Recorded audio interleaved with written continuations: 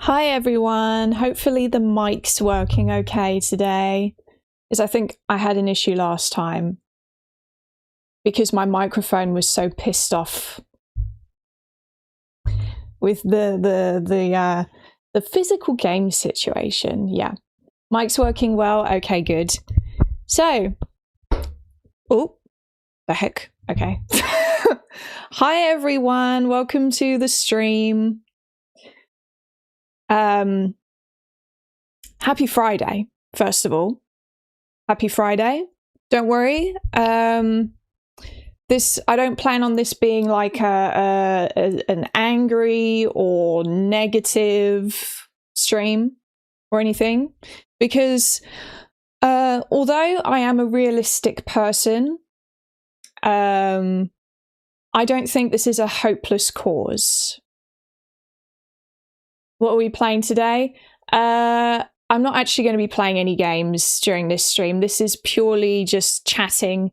So it might be like 2 to 4 hours long, this stream. I don't know. We'll see how it goes. It just depends on how much there is to talk about.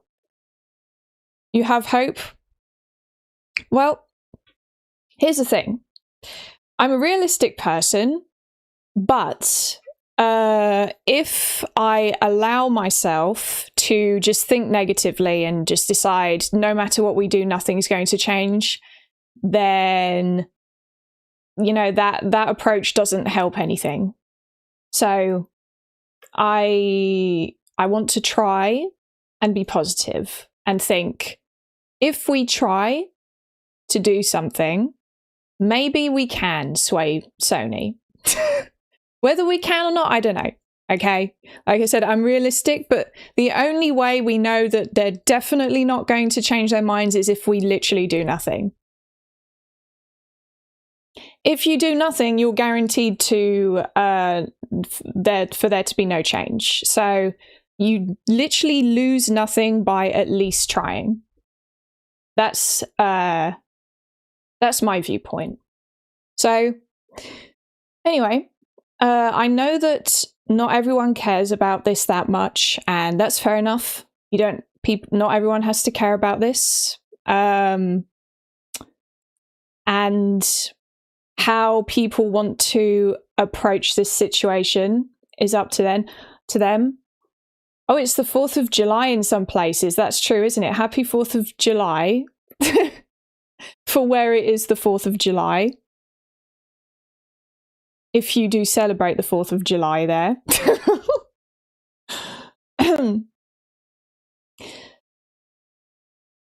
So, tomorrow, yes. Tomorrow will be the 4th of July, that is true. The people who don't care are going to really regret it in the future. Well, they might do.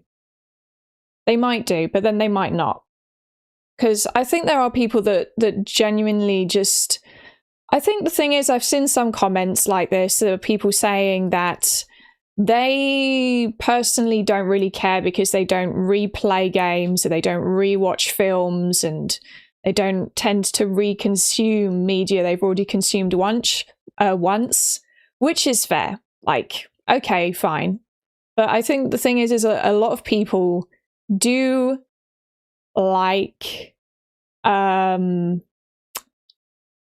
to revisit their favorite media, and they get kind of attached to it. So for people like that, most of us do care about this a lot.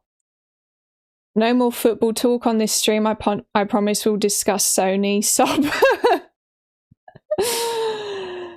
Yes, no football. Well, honestly, you know, if you want to talk about football, we can. I have no idea what's going on with the football because I don't really follow it. Sorry to burst the bubble, but the petition is a waste of time. Xboxes and X console won't have physical games either. Digital is the future, even if we don't like it. Well, you know, Pan, if you don't want to sign the petition, then don't sign it. And everyone that wants to sign the petition, go sign it. You know, no one's forcing you to sign the petition. I don't have an issue with digital, which I mentioned in the video. Digital is fine.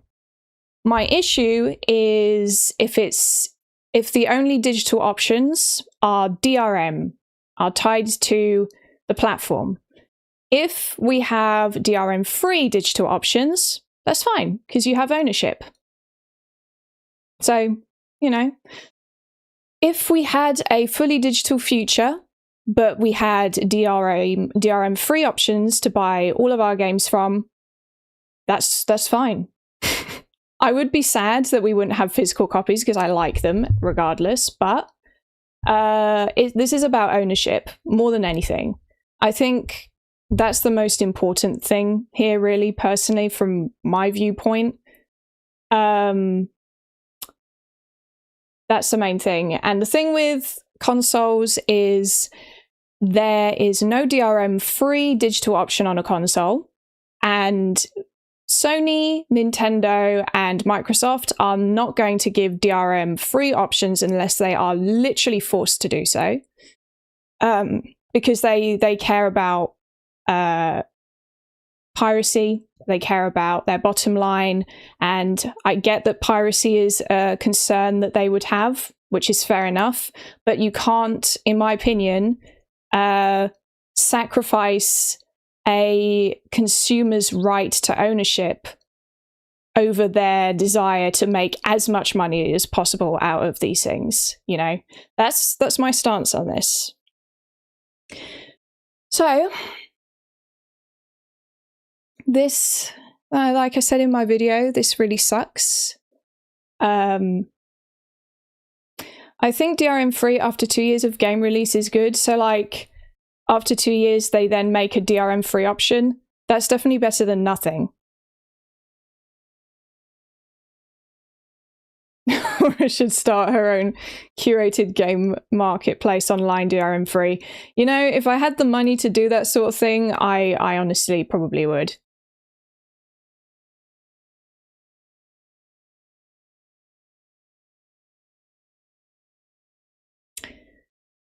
But yeah, that's the situation. Laura, do you worship Harry Kane as our king? Harry Kane is cool. As far as I'm aware, he's a good player, I think. I'm not too familiar with footballers, but you know, I do know of Harry Kane. I've seen him. Was he in the last World Cup? Last World Cup? I think he was.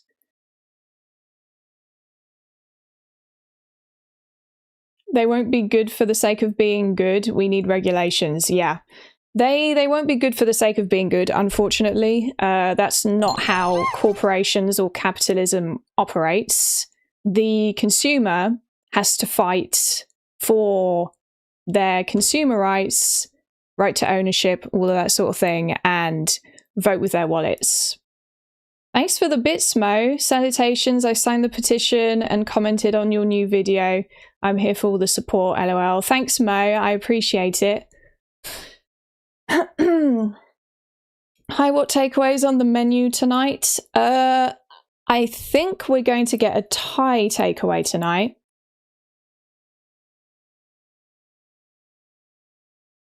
To me, losing physical games is not just about losing ownership, but shows how greedy those companies are, that they won't bring down the prices of digital games to compensate. Yes, absolutely.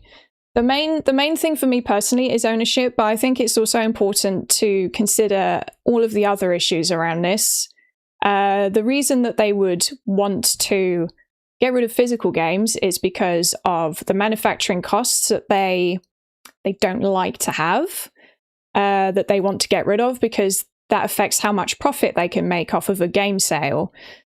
And you would think that as a result, if they're able to get rid of the overheads of manufacturing game discs, that means that they would lower the price of video games, but that's not what they're going to do. It's not what they're going to do. It's like with supermarkets in the UK. I can't speak for the US, but supermarkets in the UK, they do this thing where they introduced these club point things or club cards in supermarkets, And what they did is, instead of reducing the price when they introduced club cards for people that have a club card, they raised the standard price for everyone else on all products in supermarkets, and then left the price the same as it was before for people that have a club card.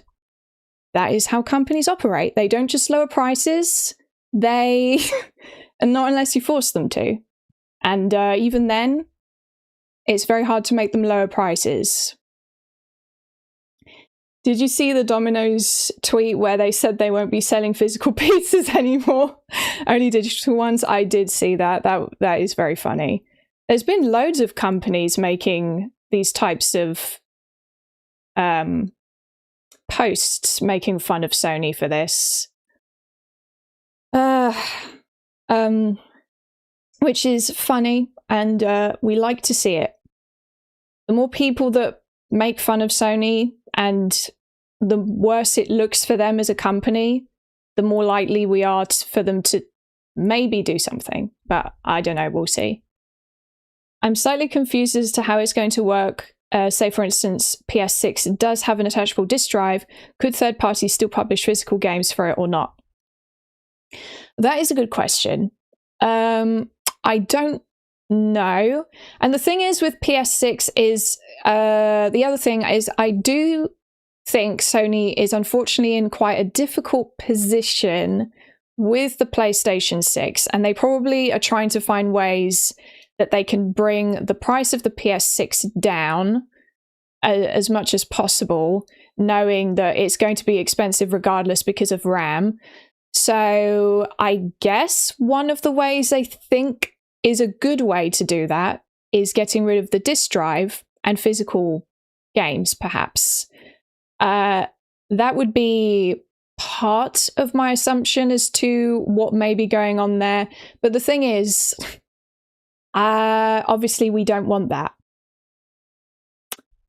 That's not what we want. I would rather they just cancel the PS6. I know that feasibly they probably can't do that because it would cost them a friggin', like, they would have wasted so much money at that point.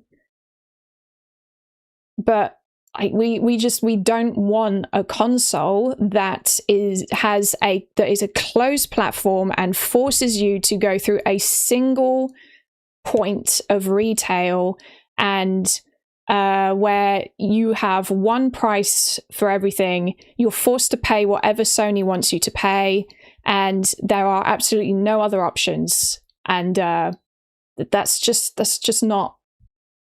I don't know how that sort of thing is legal. In fact, I don't think it is legal in Europe. It might not be. I'm not entirely sure because I haven't like had time to really look into legislation or the law regarding this in Europe specifically. But it might not actually be legal here in Europe. I don't know. The EU should have a field day with this one. I hope they do. I would. My hope is that something happens. Like, either we are able to keep physical games, or something happens where companies are forced to provide a DRM-free digital option for people to buy, or something along those lines. You know, there needs to be a change, because I really don't think that you should be able to charge people for something, then be able to just take it away from them at some point for no reason. You know, they don't need to provide a reason. They don't need to provide warning either, and not reimburse you. There needs to be some sort of change.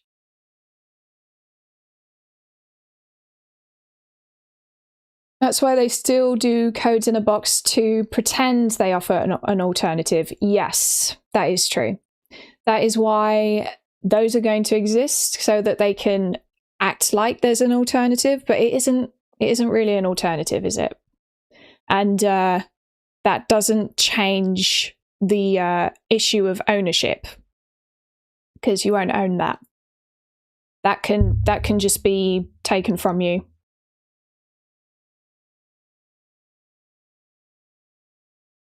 You don't compromise with corporations like this. We can keep physical, film industry, music, books did. I agree with that.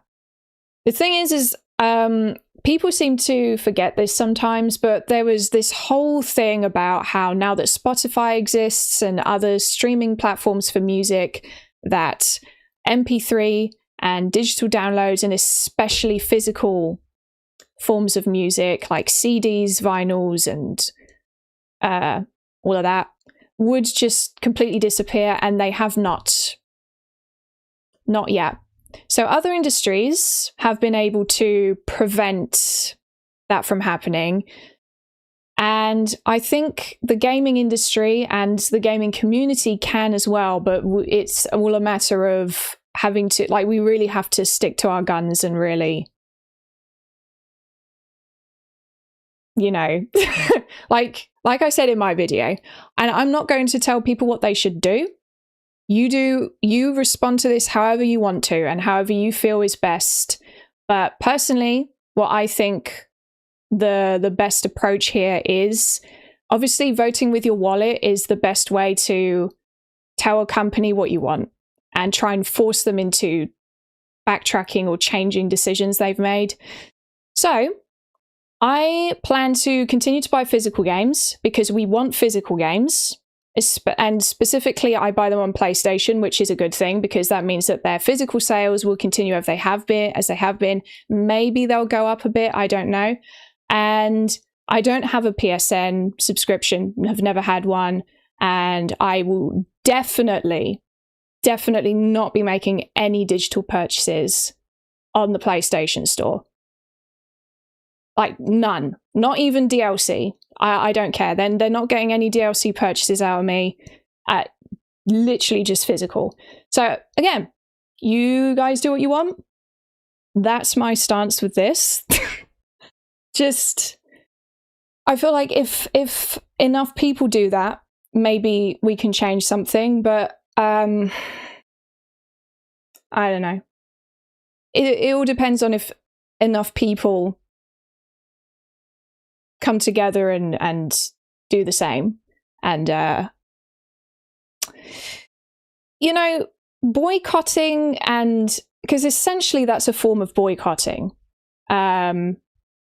Protests and boycotting has worked previously in the gaming industry, but it hasn't been working as well in the last few years or so.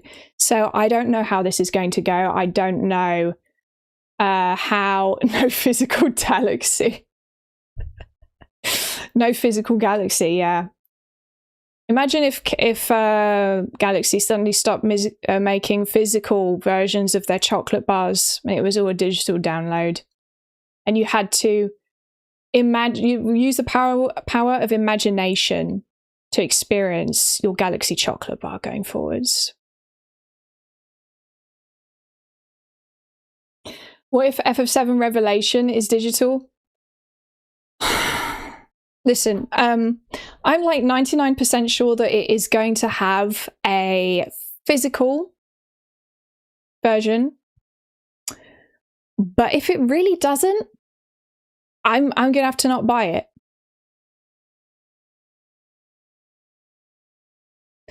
I'm like 99% sure it will, because I don't see why Square Enix wouldn't provide one.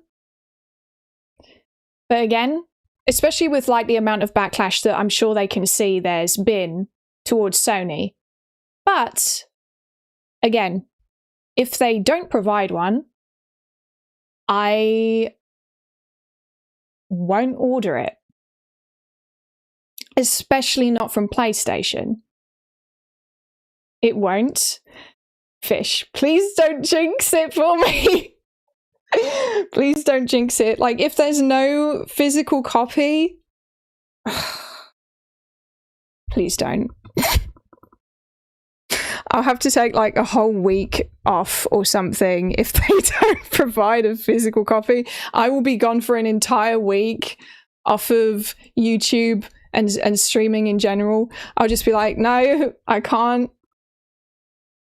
I will have to literally have to be offline for a whole week.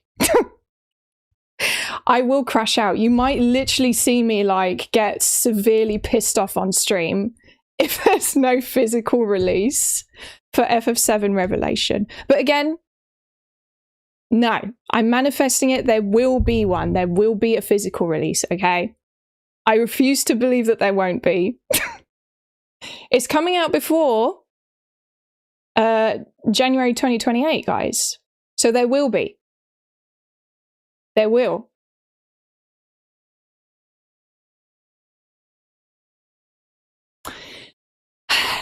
But anyway.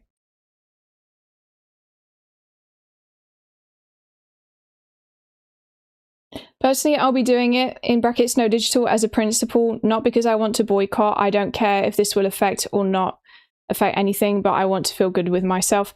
Yeah, that's essentially my stance with this. Like, I know there's people that like to call for boycotts, and I think boycotts are good. This is just my personal decision. At this point, I just can't support digital purchases, especially on PlayStation, the PlayStation Store, because Sony, you know, they're trying to take discs away from us. Like, okay, GOG is a different story, admittedly, because GOG is DRM free. There's no reason to boycott GOG or just refuse to buy from GOG because they provide true ownership, but otherwise,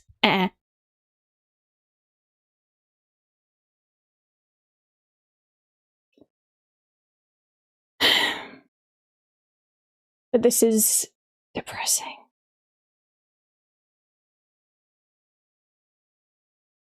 Are we talking about Legacy of Atlantis now? Legacy of Atlantis does have a physical version of the game, which I have pre-ordered, the physical copy.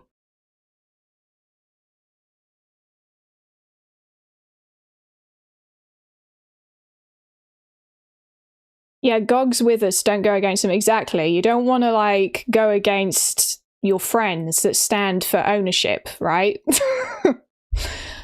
But definitely, you know, like I said, my personal stance, I'm not buying anything digital from PlayStation at all. Like, I haven't anyway, but going forward still, nope. You'll own nothing and be happy. That is the future they want to take us towards, yeah. Literally. Will you stop gaming if it continues this way? Well, I basically said this in the video, but if Sony does literally decide that they're not going to change their minds on the physical game production situation, then I will move to PC and primarily buy all of my games on GOG. But again, we're not going down without a fight.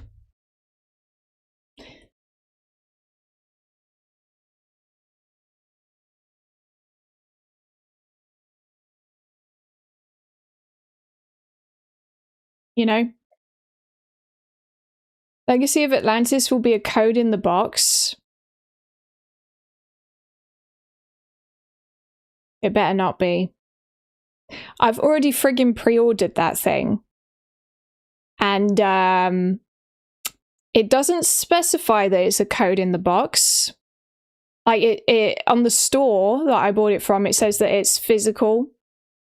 So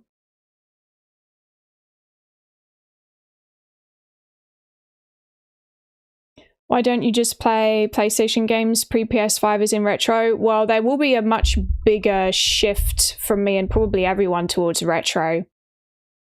You know? Why don't you just buy physical games on Switch instead? Well, I can do that. I don't have a Switch 2. I can buy certain games on Switch if they continue with Switch 1 physicals, which Nintendo will for a while, but not forever. And there will be a bunch of games released that I might want to play that would not work on Switch 1. So that's another thing.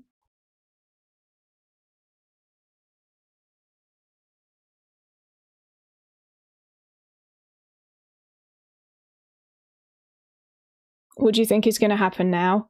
It says code in the box. Fish, are you messing with me? I never know whether I'm being rage baited with these things. Let me just check. Tomb Raider Legacy of Atlantis.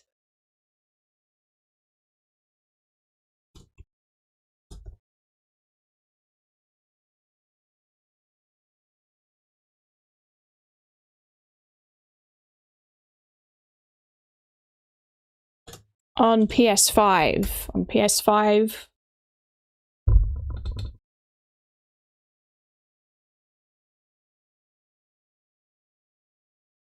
Okay. According to Google, it's an actual physical disc, not a code in the box. Now, I don't know how much of the data is going to be on the disc, because that's not really something we know with PlayStation until it releases and people are actually able to read the back, and if it says, oh, it requires a download, all that sort of thing. But it says physical disc. Google can lie. Okay, just a sec.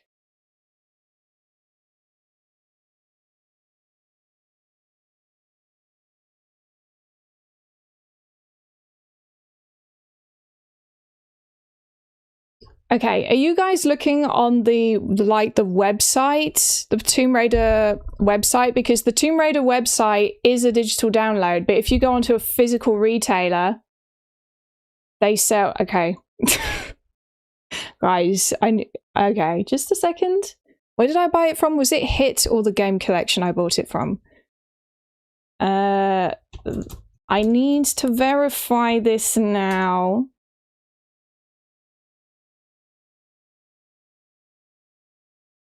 Tomb Raider Legacy of Atlantis. Okay. Come on, internet.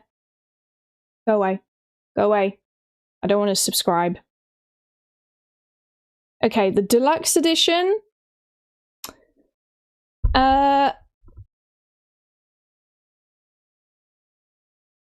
The deluxe edition, where does it specify anywhere?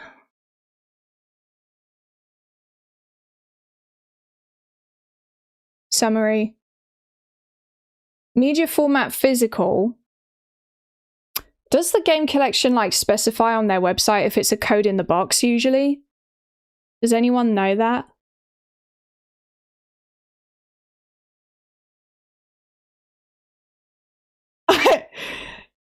Laura in panic mode, LOL.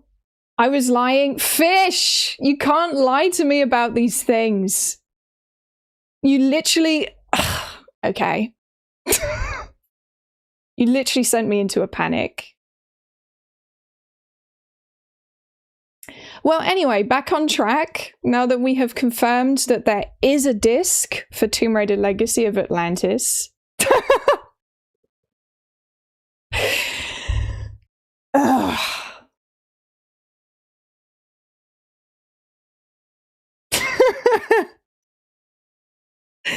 Okay. I need to calm down now. I can't believe I've been rage baited by my own chat.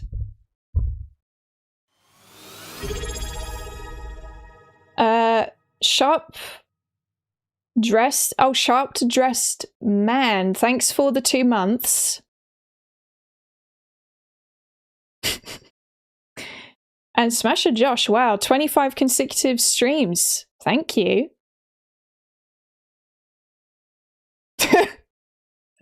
I like seeing her angry.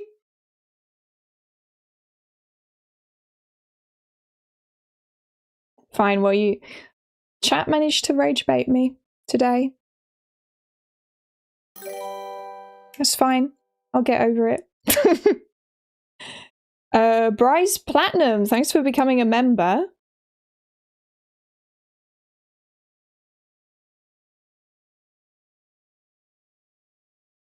You wouldn't like Laura when she's angry. You know, to be honest, I don't really tend to get, like, actually angry. I obviously get frustrated, but I don't... Like, my mum has mentioned this before, but I do generally just not really get angry about things. I don't know why. I mean, I have gotten angry, but about things in the past. Laura seems to have taken the joke well. Don't worry, Fish. It's okay. You are forgiven.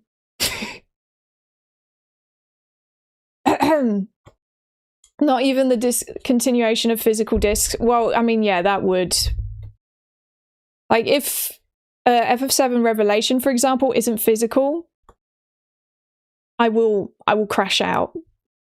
There will be an entire video about it, probably, addressed to Square Enix. I'll be like, Square Enix, it isn't January 2028 yet. Put the freaking game on a disc and give me my deluxe edition. That's what the video will be about.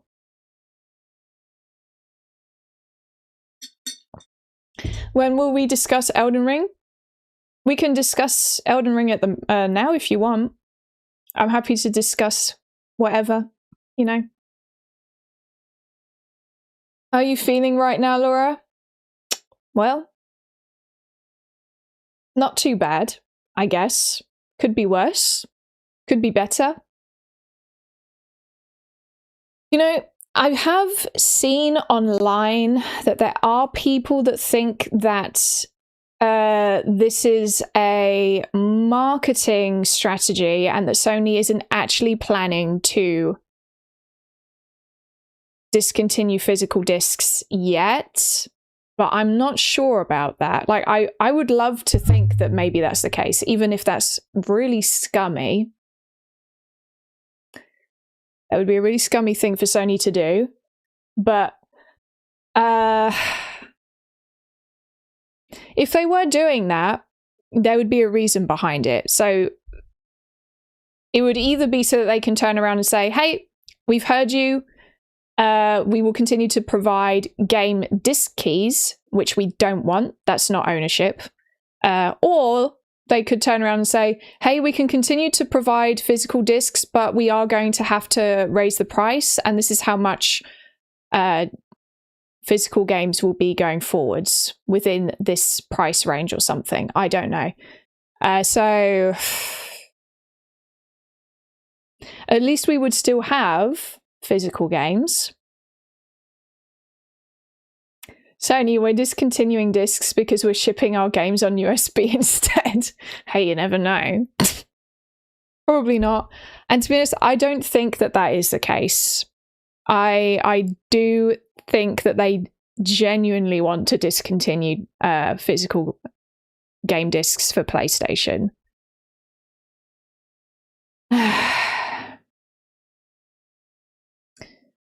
So, I mean, but it's definitely not impossible, but that this is them trying to test the waters.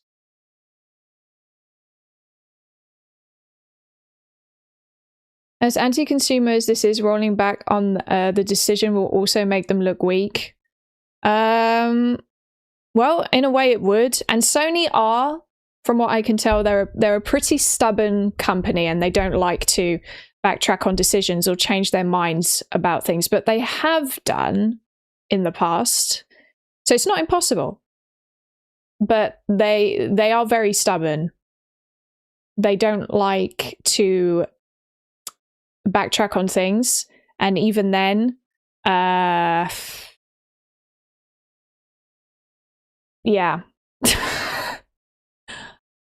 I don't know. Guys, why am I getting more negative as this stream goes on? We're supposed to be positive here. We will make them change their mind. Xbox is next, right? Yeah. I reckon Xbox will follow the same path as Sony, especially if Sony doesn't like. I mean, I guess there is the chance that that Xbox could decide, oh, whoa, there's major backlash here, and there's an opportunity for us to take some of PlayStation's customer base by providing physical media. But there's already been leaks that apparently there's no disk drive planned for the next Xbox, so I wouldn't keep my hopes up if I was you.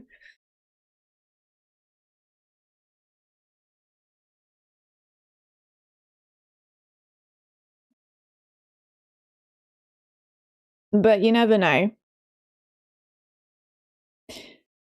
Because, I mean, the thing is, like I said in the video, my assumption was, like, we've known for a while that the gaming industry is trying to do away with physical game discs. So it's not like massively shocking that now a company has come through and said, hey, we're discontinuing physical discs. But I was surprised that it wasn't Xbox. I assumed that the first company to literally upfront say, hey, we are literally discontinuing physical game discs and we're not doing that anymore. I assumed that that would be Xbox.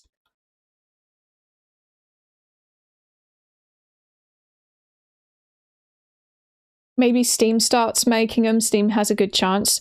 I mean, this does open a gap in the market if there's a company that wants to come through and provide physical media options, or they want to make a new console competitor.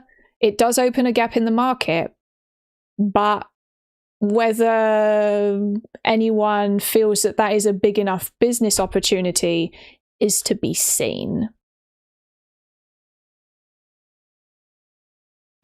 And not entirely sure how that would work either if they were to make I guess, yeah, because Sony manufactures Blu-rays, right?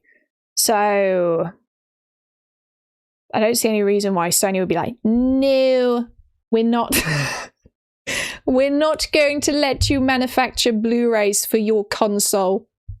Because they manufacture Blu-rays for, you know, film studios and stuff. With Xbox closing most of their studios and looking like they're seemingly starting over as a brand, makes me question if they will even make it out of the next generation. That's a good question. They seem to be regaining some good faith at the moment with players. Whether this works out for them well or not, I don't know. But who knows? It's called Nintendo. I'm very interested to see what Nintendo's going to do, actually, because we do have the game keycard situation on Switch 2, which is not good. But we are seeing Nintendo actually kind of turning the tides a little bit, because we are seeing more and more developers choosing to put the full game on the cartridge instead of using the game keycards. Even if there are still a lot of game keycards. And Nintendo themselves do put... they do put the full data on the cartridge for their Switch 2 games, except for Pocopia. That's the only exception so far for Nintendo first-party games. So we'll see how that goes.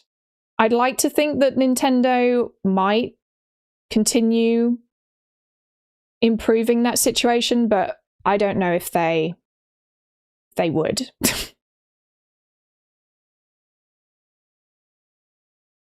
I think Nintendo will keep physicals because it's a big market in Japan. I think you make a good point there. Game key cards are, I think, Nintendo kind of making that... What's the word I'm looking for? Compensation? You know, there's a synonym to that word which kind of means the same thing.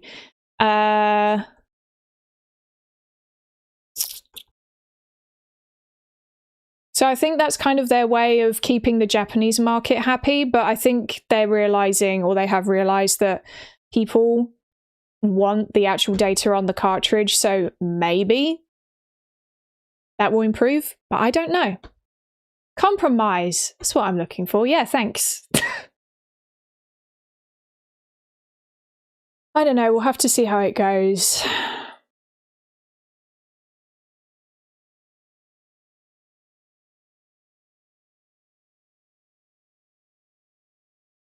In music and cinema, the physical products are still being purchased. The game situation just feels dumb. I agree. Like, for some reason, the gaming industry seems to think that it's different to the other industries, and I don't really know why. Because other industries continue to provide true ownership in some form or another. You know, there's for music, you can buy CDs, you can buy vinyls. There's even cassettes still being made. And there's platforms like Bandcamp, which is a great platform to buy digital stuff DRM free on there. And they are very good at like offering a way for indie artists to release their music and even help get funding for physical copy releases of music. So the gaming industry is like really just completely inflexible compared to other media industries.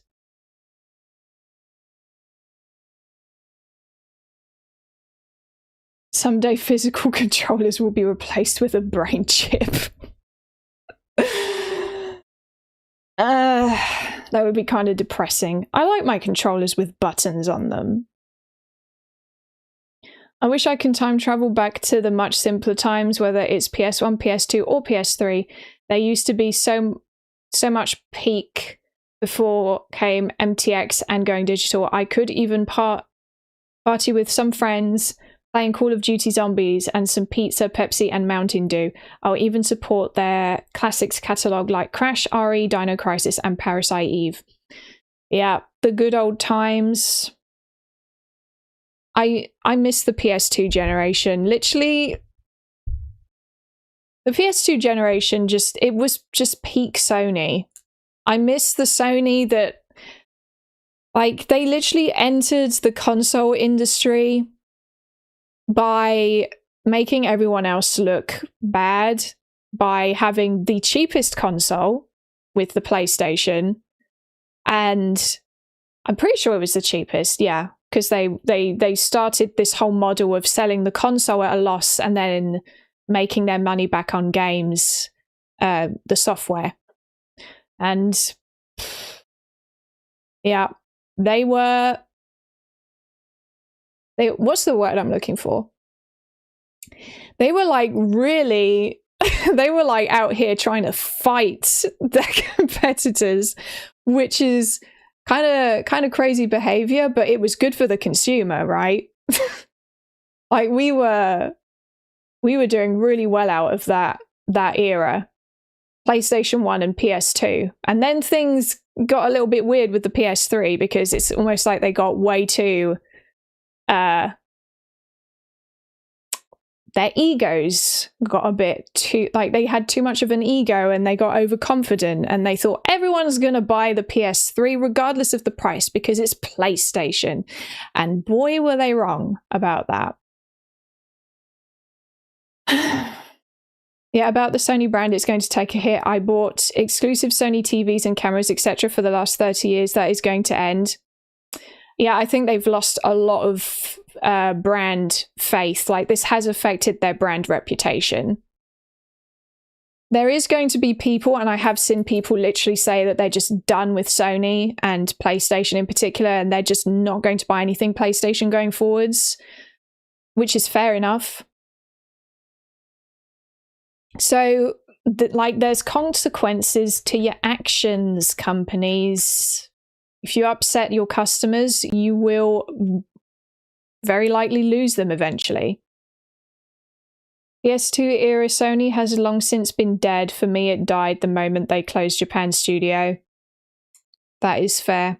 They've been like a different company for years. I mean, granted, I think Sony has always mostly just operated on how they can one-up everyone else. And then when they got into the position of they had really good a really good solid brand in the console space, then they were like, well, we made it. People are just going to buy our consoles and our games because it's PlayStation, and now we don't have to really think about the consumer as much.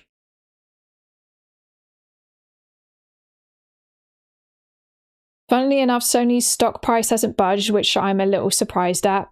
That is interesting, but I suppose investors and like, what do you call them? The people that buy stocks and shares? I don't know. They're a form of investor. I guess that they just don't really think that physical media is viable anymore, maybe. I don't know. Yeah, shareholders. Thanks, Adam. You see, I need you guys because I keep forgetting words.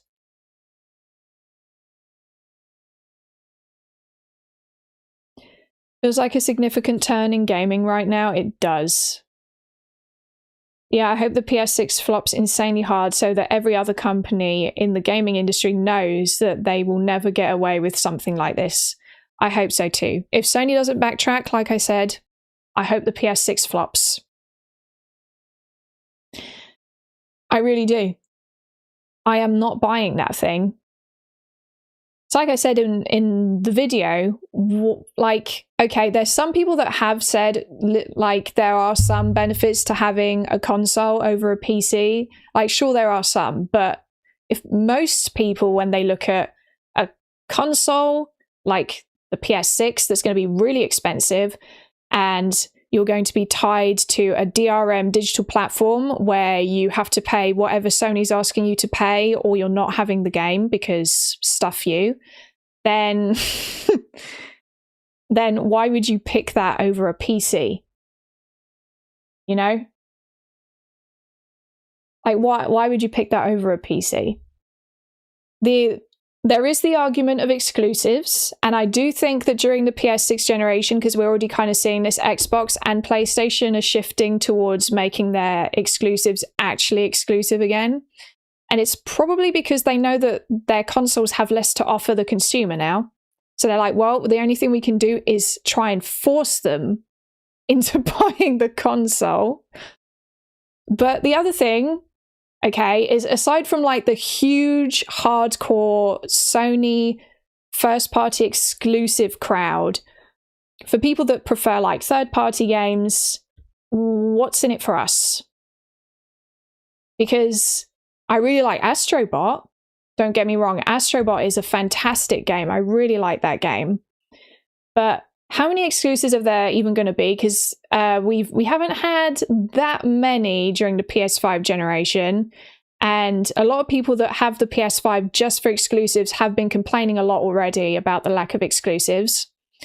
And while there are, like, at this point, a number of them, during the PS6 generation, is there actually going to be enough exclusives on the PS6 to warrant paying $1,000 or more for the console just to play the exclusives that Sony releases? I am not so sure about that. I'm really not, because development times are getting longer. So I don't like, for me personally, there will be no incentive because I love Astrobot, but I'm not buying the PS6 and paying $1,000 so that I can play Astrobot. Like, why would I do that? I'll just be like, well, I guess I'm not playing Astrobot anymore, which sucks. Such a shame. I really like Team Asobi. Such a good game Astrobot is, and kind of annoys me at this point that it's tied to PlayStation in a way. Free Team Asobi from Sony. Team Asobi from Sony. That rhymes. That's kind of funny. So what else will you do? Well, PC. PC and GOG. Because GOG is DRM free, so you will actually have ownership. And that's the main thing for me. Like, I know there's people that don't want to pay it by digital at all. I don't have an issue with digital, But what I do have an issue with is lack of ownership. So if I can get ownership through GOG and, you know, which is DRM free, then I will go that route. And I know that they still have a limited library. Hopefully, if the platform keeps growing and they have more and more users that go through GOG, hopefully their catalog will expand quite a lot. I think that's the thing. You have to try and invest your money into companies that you believe in. And I don't think Steam's a bad platform either, to be honest. Like, some of their games are DRM free from what I know. So they do sometimes provide some DRM free options, which is good. And they do have good prices. Valve is good with if there's a hacking issue on someone's account, they're good at getting people's accounts back from what I've heard. So Steam are, like, overall at the moment a decent company. Do I trust that they're always going to be that way? No. But never know. Maybe Steam will continue to be pretty good in that sense, with good prices, good sales, all of that. They do have a good refund process from what I've heard, yeah. Serious business talk going on. Yeah, true, Gabe will retire someday. That's the thing, when a company switches like CEOs, that's when you don't know what's going to happen. The ideology and the way they operate could change. PC building stream. Well, if I do switch to PC, then there will be, I guess, not like a PC building stream, but maybe a video. I could do like a vlog, kind of like I did when I set up my retro gaming corner. I could do a vlog of that.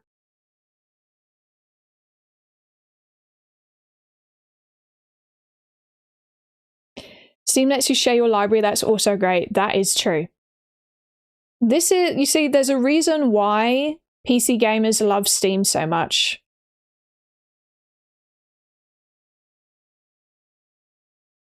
Valve don't have shareholders, which helps. Honestly, I hope they continue to not have shareholders, because once shareholders get into the picture, that's when things get real messed up for the consumer. You know, this is so depressing, because the thing is, I don't want to completely give up on gaming, you know, but I'm not willing to buy the PS6 if there's no physical media. Nope, absolutely not. And I really don't like DRM digital purchases, and I hate subscription services. That's like, subscription services are like, they're basically a scam to me. And it feels like the entire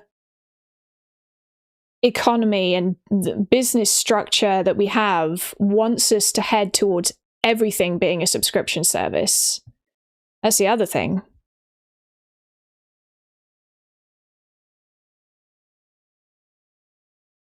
Do you think the UN consumer rights will fight Sony? Well, they might do. I don't know. I hope they do. Because the UN and also EU are like, they're like the only thing we have that actually fights our corner for us. They don't always, but who else is going to other than us? No one.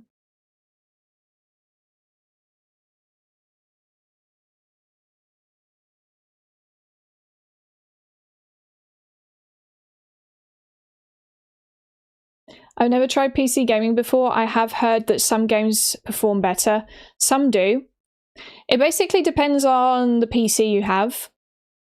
And the other thing, though, is there's some games that don't have good PC ports, which is part of the reason why I hadn't switched to PC before.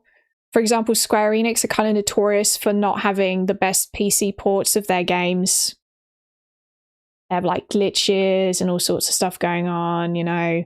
I think they've been doing a lot better with their PC ports recently, but historically they haven't been very good.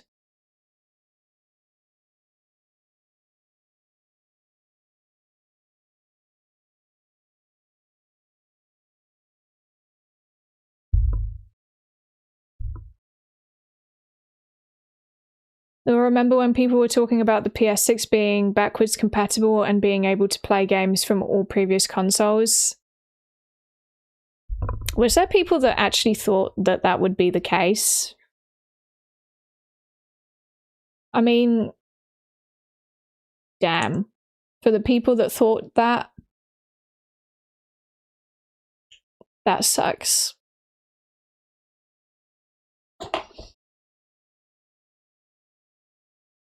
Or if Xbox decides to keep physical discs, will you switch? If they have the full data on the disc, then yeah.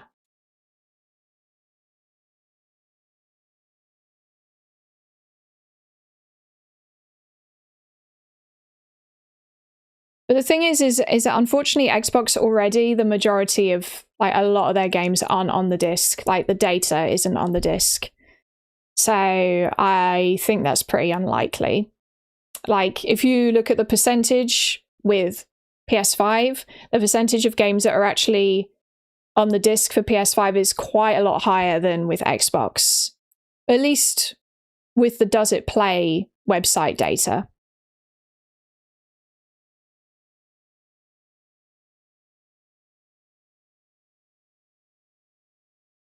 I don't mind digital games, but there needs to be more protection for the digital game buyers. We don't want to be buying a digital game and then later down the road we lose access to it. Exactly. Yeah. Digital is absolutely fine. It's literally, it's about having ownership and literally owning the copy that you bought and having full access to that and people not being able to take it from you.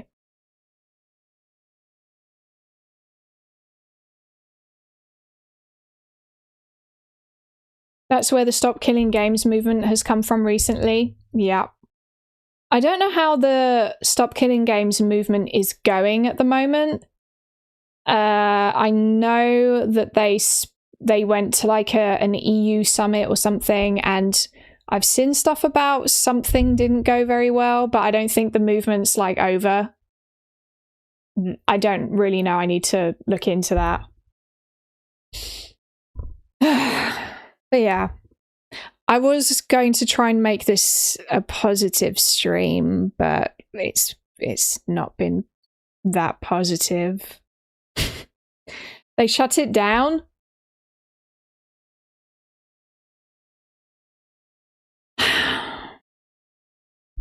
Well, that's not looking very good, is it?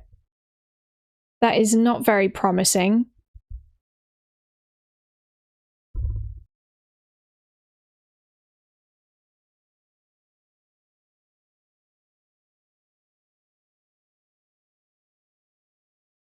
Thoughts on all the huge oh my god, YouTubers. Thoughts on all the huge YouTubers posting videos on how much they hate this. I have seen that there's a lot of YouTubers that have been making videos on how much they hate this announcement from Sony. And honestly, I'm glad. The more people that complain about it, the better.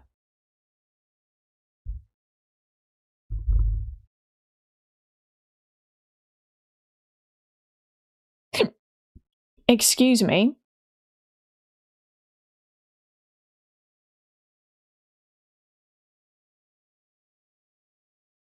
Laura, I don't know if you got my DM, but you can likely get some old PC CD-ROMs on eBay and an external DVD player for your PC so you can have physical media for your PC games. Technically, yeah. You can get a DVD player for your PC if you build a PC, or you can have an external one that you hook up via USB.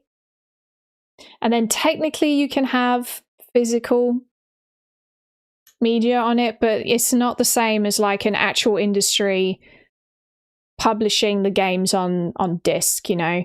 That means that you would then have to, like, if you were to buy the game on GOG, for example, then you'd be able to put the data on a disk yourself.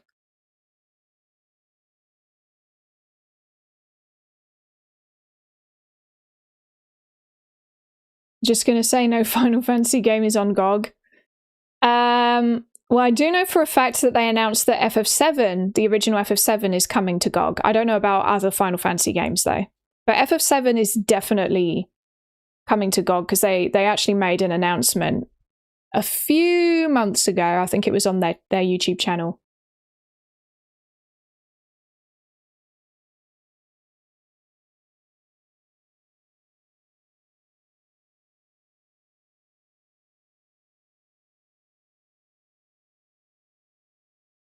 Old PC CD-ROMs don't play on new PCs. Yeah.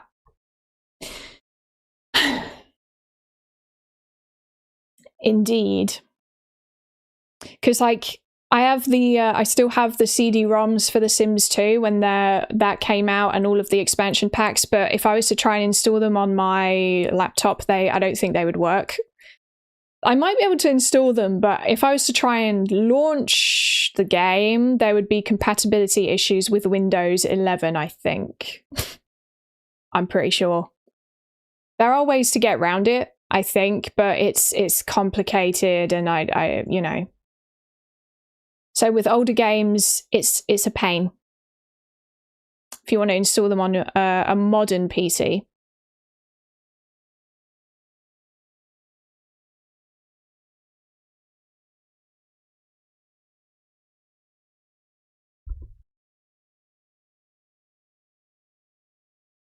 Windows 11 doesn't have compatibility settings anymore. I don't know. I don't really know. I'm not too familiar with all of this stuff when it comes to PC, because I haven't bought any PC games in ages. Like the last time I was like into PC gaming was during my phase where I was really into The Sims 2 during the 2000s. And then I had a bit of an MMO obsession with this MMO called Eden Eternal.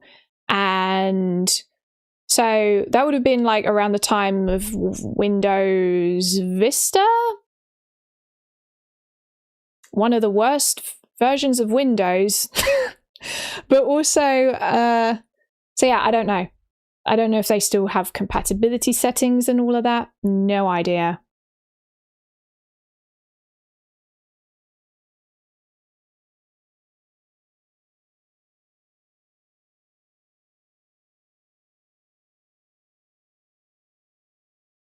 Does that mean Laura's going downloadable because Laura's cloud save?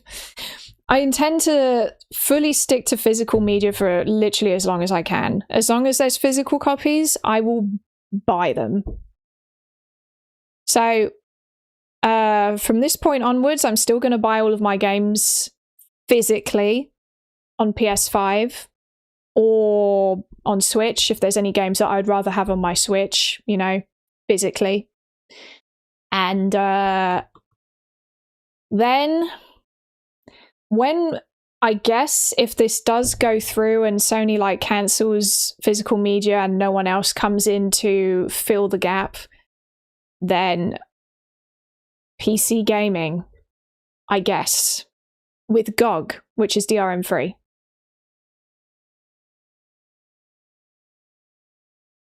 So, yeah, I think we need to make the most of physical games while we can, if they really are going to be gone.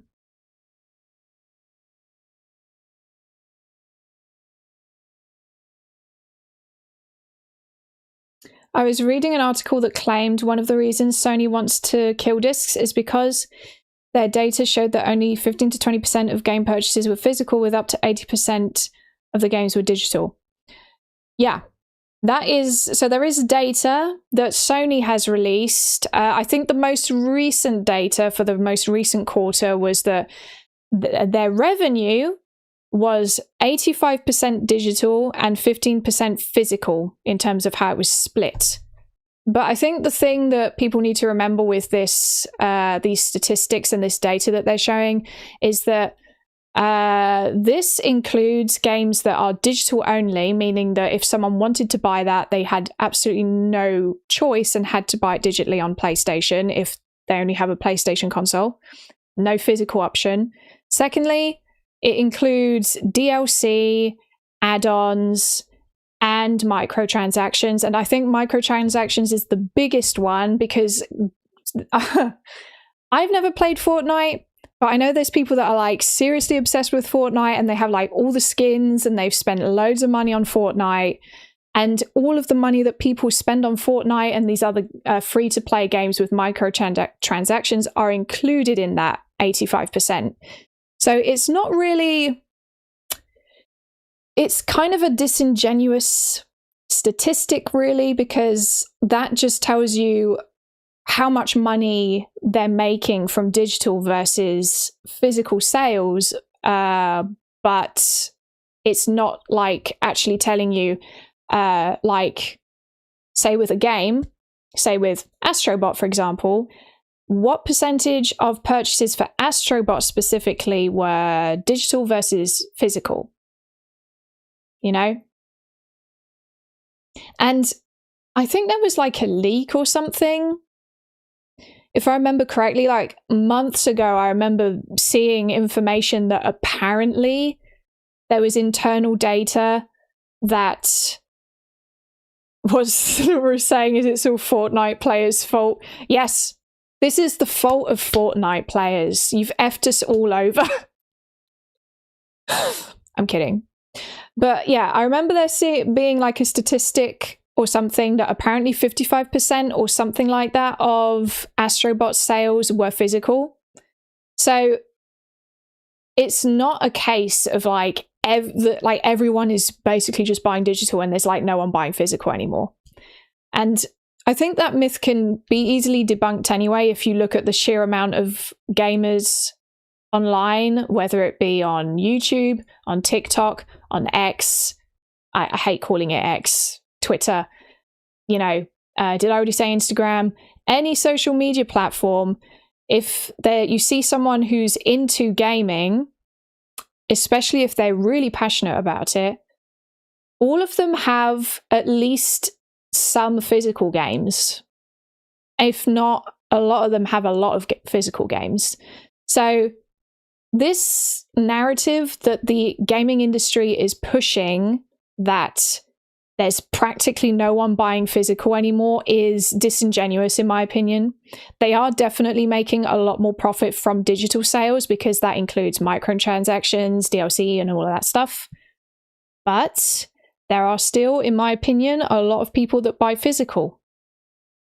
They're not gonna successfully make me believe that no one's buying physical anymore, because I literally see stuff around me that goes against that claim all the time. And the other thing, right, is we've literally over the last 2 years had this whole analog trend going on where I say analog, okay, the trend isn't literally an analog trend. They call it the analog trend, but it's a trend where people have been finding ways to get off of their smartphones by doing other things, and they've been there's been this whole talk about the importance of physical media and true ownership. People have been switching to things like iPods and putting MP3 files onto their iPods. There's been this increasing trend of people choosing to buy DVDs and Blu-rays instead of using Netflix. And there has been a similar trend in gaming, maybe not to the extent as other mediums, but I have seen a growing trend towards physical. So I don't believe the gaming industry with this whole.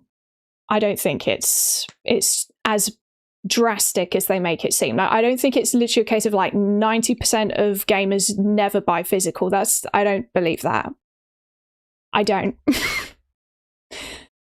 I think it's like I really do think that it might be more so a case of like maybe 65% of people are primarily buying digital.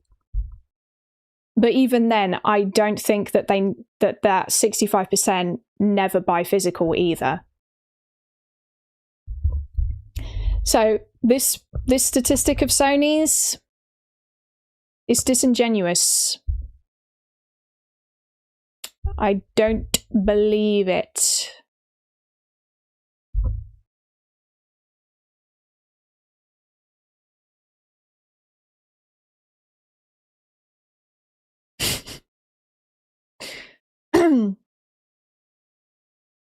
There has been a heat wave and Laura's arms are paper white. Yeah. Well, it was too hot to go outside, guys. Sony doesn't care. They believe they will get more money from going digital. They will have no physical production and distribution costs. They will not have to share profits with retailers. They will get profits from every sale because there will be no used game sales. It's all about money because they are a corporation. Exactly. Yeah. That's what it's about for them. Yak Fair, thanks for the hydrate. Yak Fair. We have Yak, or I suppose would have been Zach Fair, but is now Yak Fair. In chat on Twitch.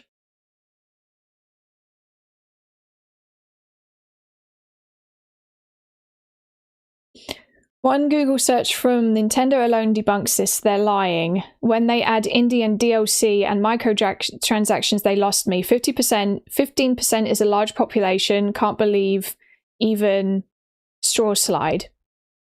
Yeah, even if it is just 15%, that's still a lot of people.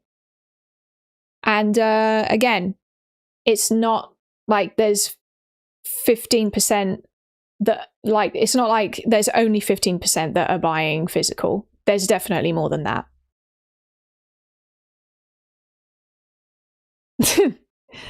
Conker Knight redeemed a word ban for game. That's gonna be interesting.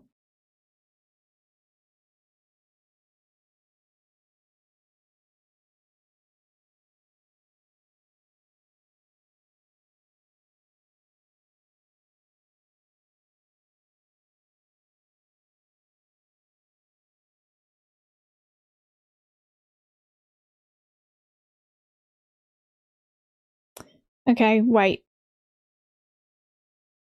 Where's my timer? 5 minutes starting now. There we go.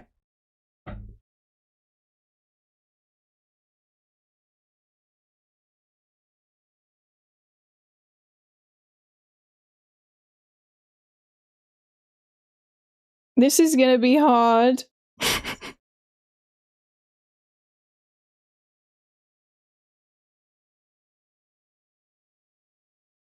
I feel like I can't talk until it's over.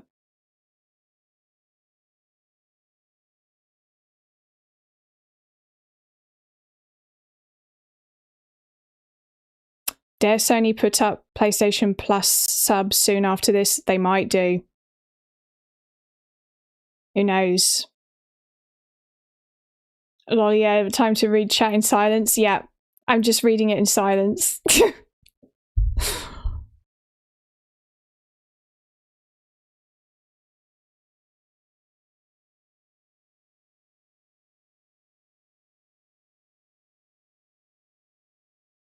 Just say computer entertainment. I could do.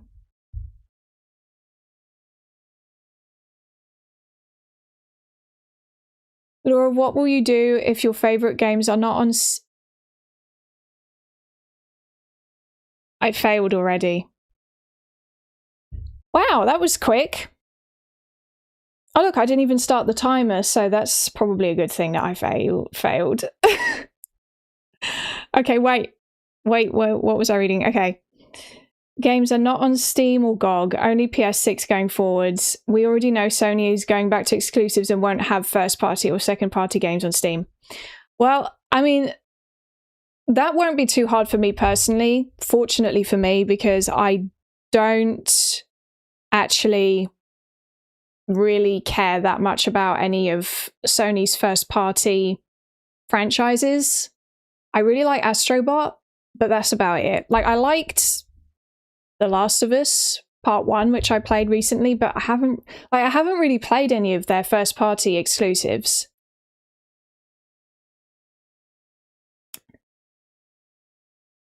It was quick. Yeah.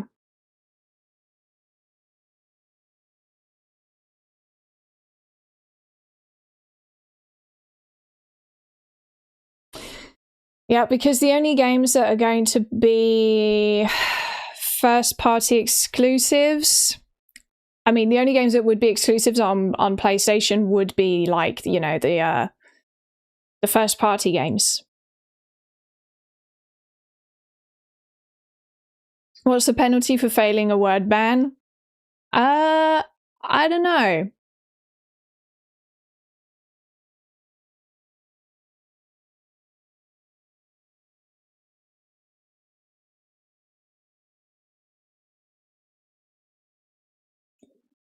That is a good question.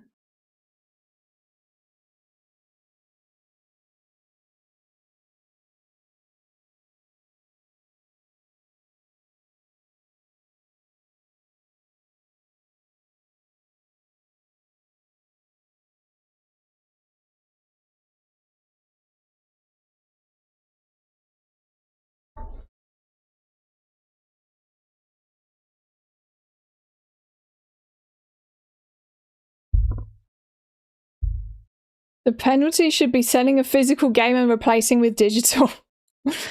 Level 5 Metapod, what the heck?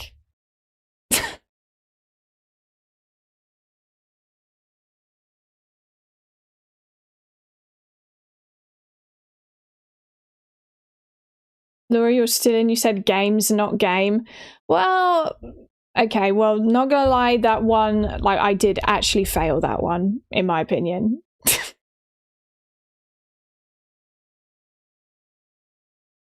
You're missing out on God of War, Gran Turismo, Horizon, The Last of Us if you're not going to pick up PS6. I mean, yeah, but that's okay with me. I'm not really a fan of any of those franchises. I've never played God of War. I have played some Gran Turismo, but I'm definitely not interested in like driving simulators personally. Horizon, I have some interest in. I haven't played it yet. Maybe I'd play it at some point. I don't know. Last of Us I've played and it was good, but yeah.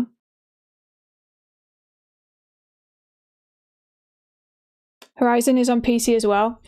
It is for now, but it does seem like PlayStation want to move towards like exclusives again. So on PS6, I have a feeling that all of the games that are first party from PlayStation will probably be exclusives. So they won't be on PC. I don't know, could be wrong about that. It depends on how the PlayStation 6 does, because it might get to a point where it's selling so badly that they think, oh, we're gonna have to like sell it on all platforms, you know?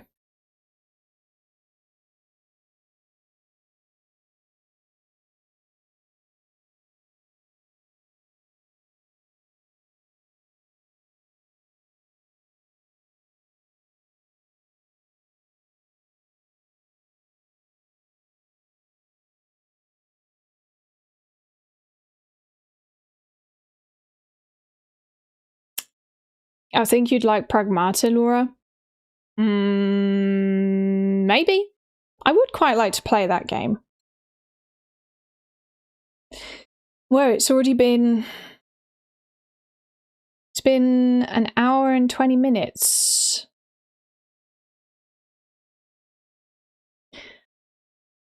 I don't even know what to talk about anymore at this point,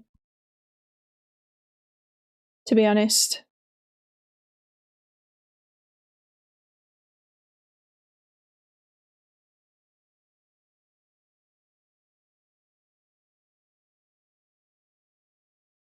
is heartbreaking, but honestly, this decision would have been made on solid data and projections. They won't change their mind. Well, they might not change their mind, but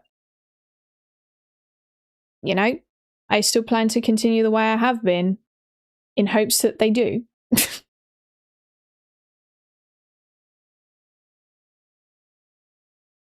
Will you be picking up the new Final Fantasy title in October? Yes, I will. I'm excited for that. Panics redeemed a stretch.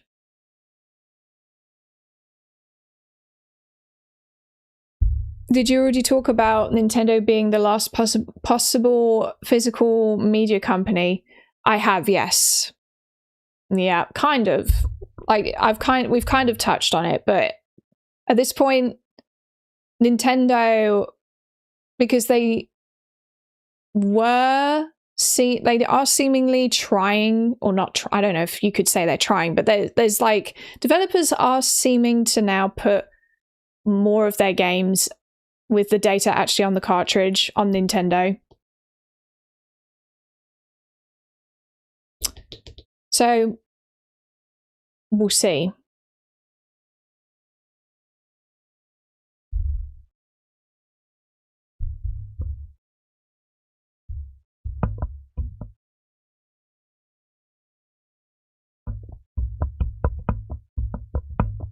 Game key cards are not going away though. Yeah, they won't be going away. They'll still be there for developers as like an option for them to put, well, I was going to say put their games on. The game isn't on the game key card. You know what I mean? Are you interested in the PS6? As it stands right now, no.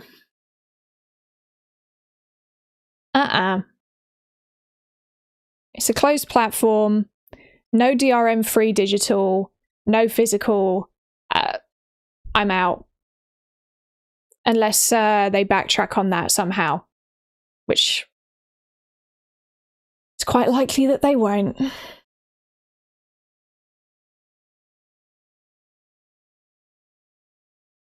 Do you agree that most people saying they won't buy PS6 now or GTA 6 are lying?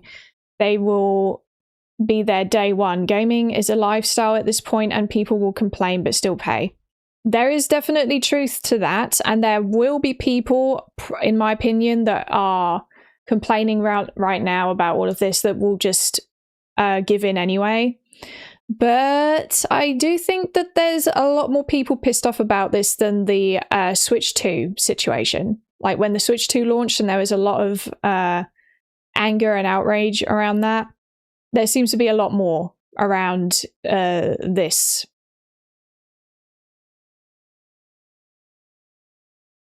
But like literally only time's going to tell what's going to happen with this, honestly.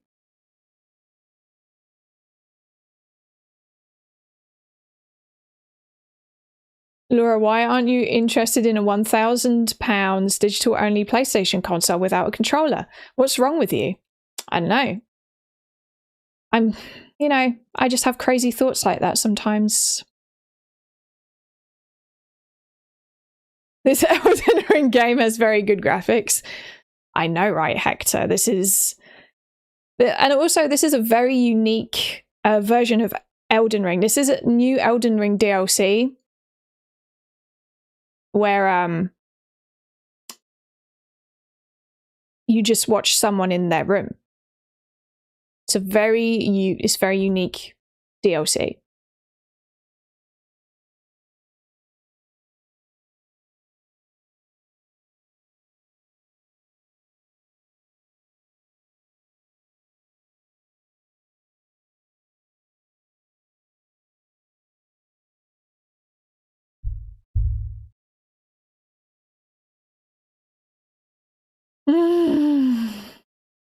Yeah.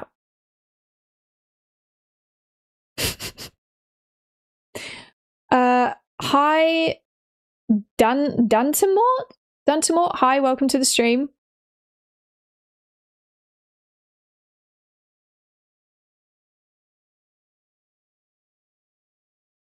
Just sign the petition, not holding my breath, but why not try? Exactly, why not try? Dark Cloud remake only digital. Well, listen, if it releases on GOG, that's fine. I would buy it on GOG if it was only digital.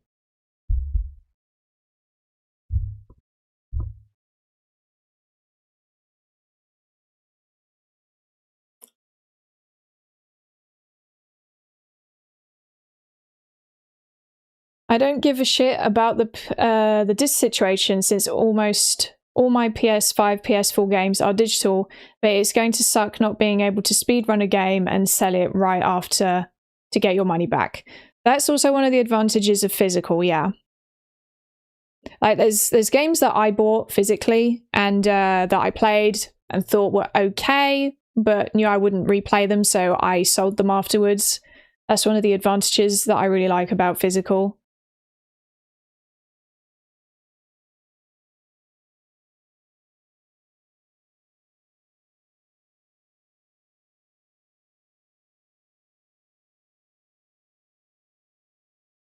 Are you happy to buy games on Steam? Well, listen, if I like, I think Steam is the best platform to buy games from if you're going to buy a DRM version of a game. Like, I would still pick GOG unless the game is actually DRM free on Steam, because I've heard that Steam does have, for some games, a DRM free version that you can buy. So it depends.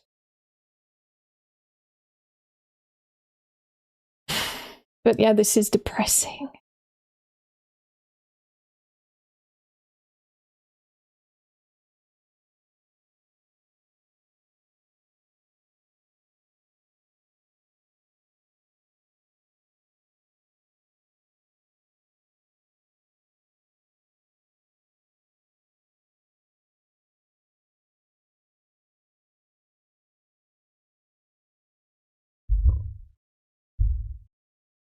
GOG doesn't even have Elden Ring? Oh, really? Or maybe if GOG grows as a platform, that could change. I don't know.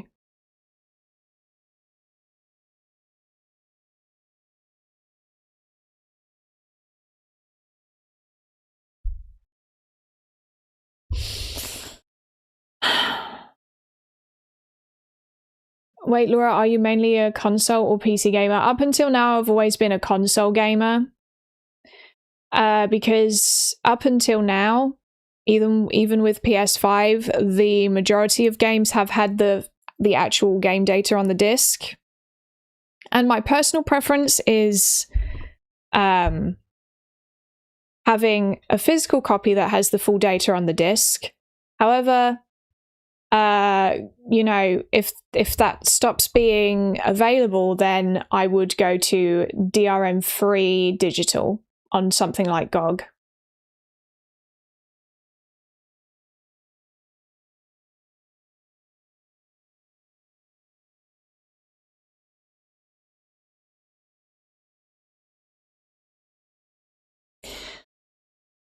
Oh yeah. I'm trying not to get like really depressed and frustrated over this. About the gamer redeemed a hydrate.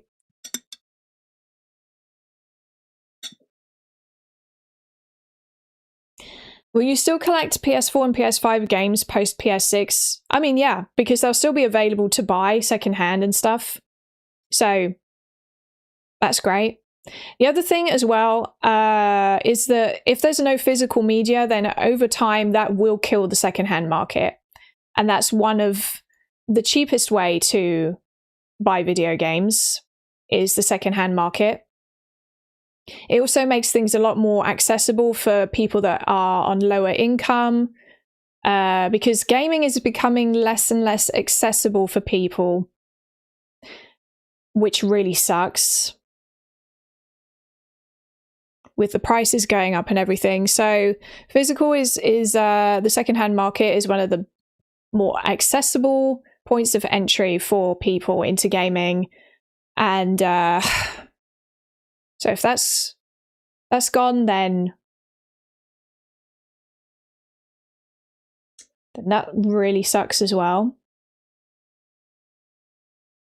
Scalpers are definitely going to ruin that. There's a high possibility that they will, because we do often see scalpers take advantage of shifts in the market and all of that sort of thing.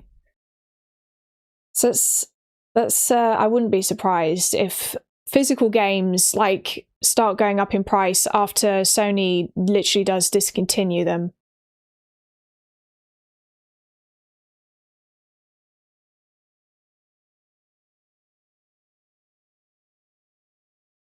Laura, since Sony has already said they're not putting their games on Steam, what makes it... Oh, they won't put them on GOG. Sony is only going to put their games on the PlayStation Store.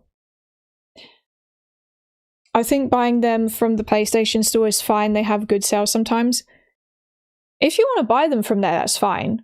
I personally would not, though. Like, personally, I'm just not interested.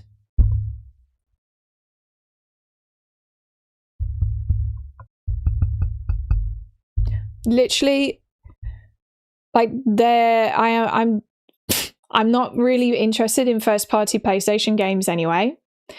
But yeah, I'm not buying them digitally through the PlayStation Store.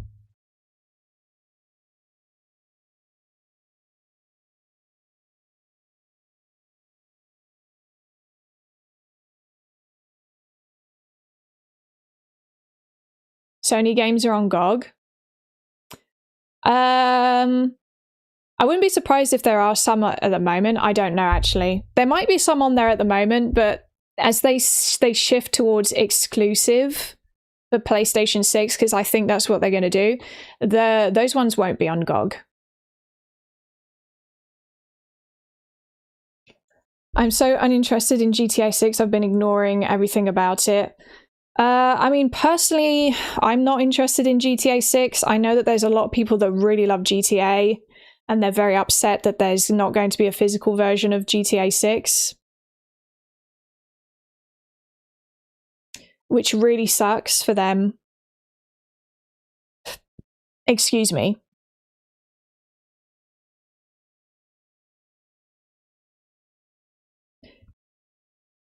So... yeah. I guess it's fortunate for me that I'm not particularly interested in GTA 6, because I would be pissed off about this.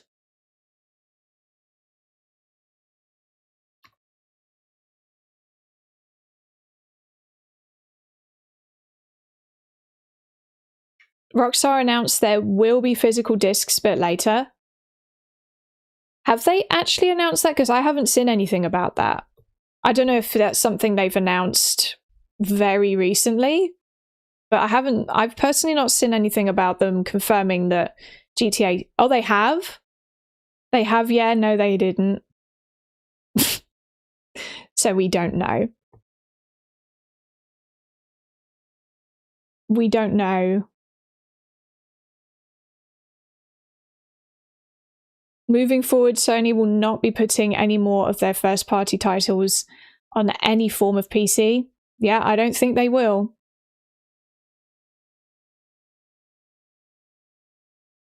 They haven't announced... Okay, I didn't think... Wait. Let me check Google. Let me check the internet.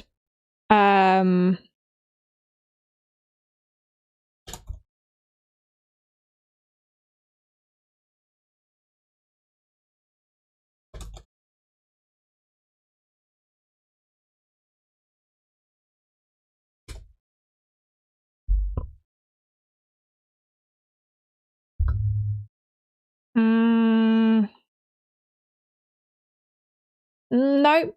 Apparently they haven't confirmed anything about whether there's going to be an actual physical copy down the line for GTA 6.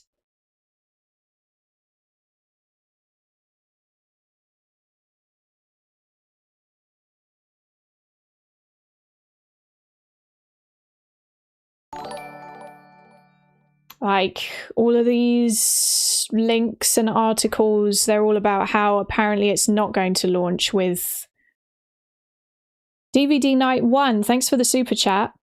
Appreciate you. Enjoy your videos. Thank you. I appreciate that. Laura, there's not going to be a physical copy of GTA 6. Yeah, I don't think there is.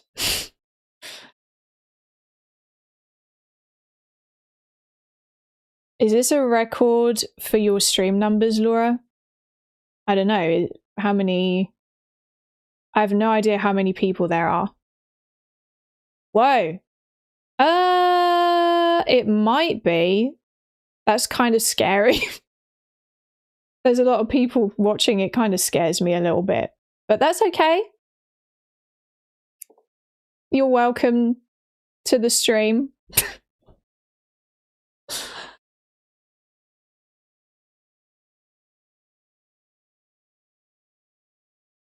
It was, you hit 450 plus. Well, blimey. That's scary. I would like to clarify that I am not like a, I'm not extremely knowledgeable about all of this. I try to stay informed about the ins and outs of like ownership and all of that stuff, but I do want to clarify that I'm not like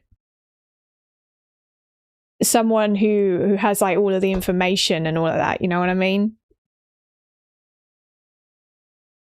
So now this is making it sound like I don't know what I'm talking about. You're not an attorney. Exactly. I'm not an attorney. I'm just some gamer on the internet. Okay?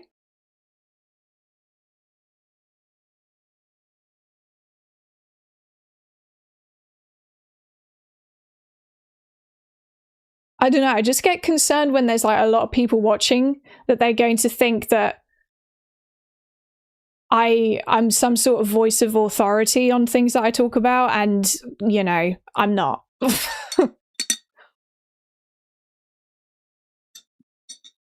Freedom to preach, exactly.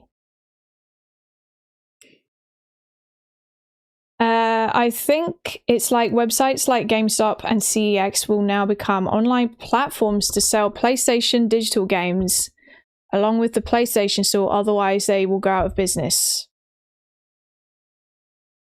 That's a potential future. Whether that would happen or not, I don't know, because I think PlayStation would much rather have monopoly over how games are being bought on their platform. So, I don't know. But they could maybe have to start selling like digital to PC as a platform, maybe, I don't know.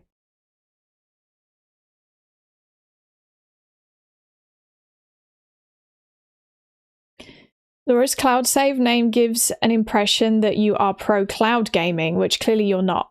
Laura's cloud local save suits you better, not gonna lie. Well, I have had some people be confused as to why my username is Laura's cloud save, and it's not anything to do with like beliefs or alignment in whether I think that cloud gaming is good or not, because I've never used cloud gaming.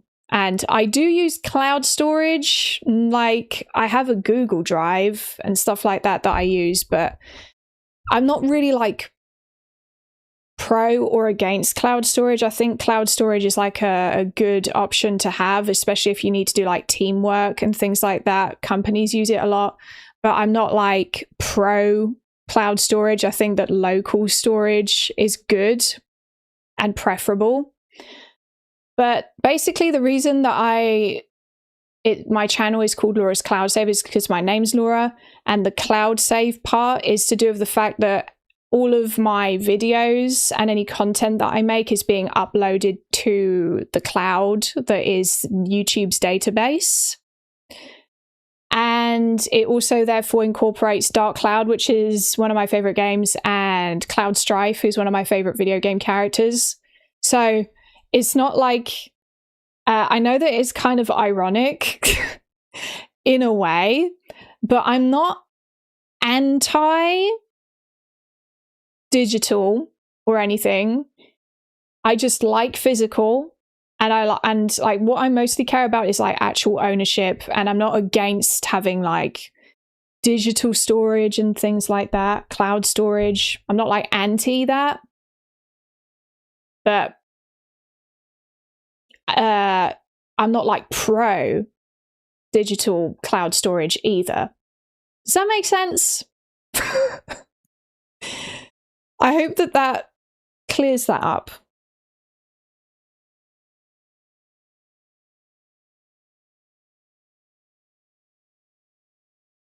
I am anti-Galaxy and anti-free speech. Okay, fish.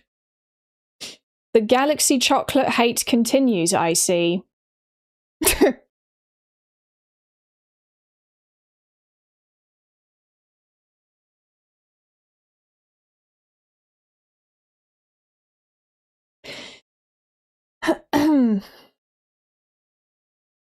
You're anti-ownership, it sounds like. Anti-ownership? How so? Are Galaxy good? Galaxy chocolate is pretty good. Are you Australian? I'm British. Oh, wait. Anti-ownership. Now I get it. Sorry. Listen, sometimes I'm not the fastest and I don't instantly understand things. I get what you mean, sorry. So I'm anti-ownership. Yes, you are correct. I'm anti there being no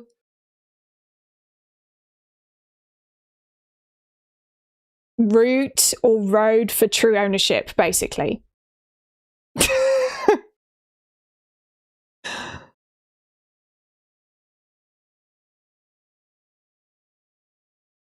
Laura, when do you plan to play The Last of Us Part 2? I really want you to experience that story. Please be careful of spoilers, though. I unfortunately, like a while ago, have been spoilt on one thing, or like two things maybe, that happens in The Last of Us Part 2. Very major thing, which is something that I know people were very upset about and didn't like. I don't know if that like gives you an indication as to what it is. It's concerning. Maybe I shouldn't say, because what if I give spoilers to anyone that hasn't played The Last of Us Part 2? I shouldn't say anything. I don't want to spoil anything for people that haven't played it. But yes, I know about a pretty major spoiler, unfortunately. But I would like to play it. I don't really know when. I do want to play it though, so at some point. A golfing trip. Yes, I know about the golfing trip. Actually, is there a golfing trip in the game? I have no idea. No, there wouldn't be a golfing trip because this is The Last of Us we're talking about. They don't play golf in there. Like, it's a dystopian world. Oh, any news on when you're going to play Nier Automata? I love to see you play it. That's one that I really, really want to play. So hopefully that will be fairly soon.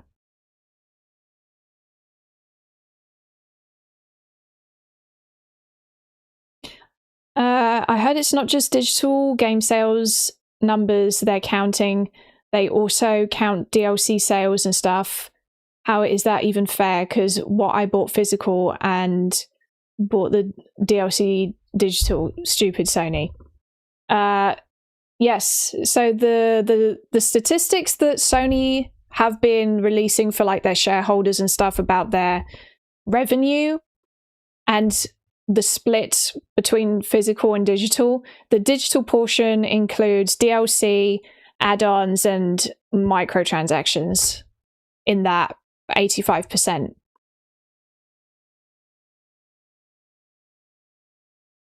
How many games are in your list to play? Too many.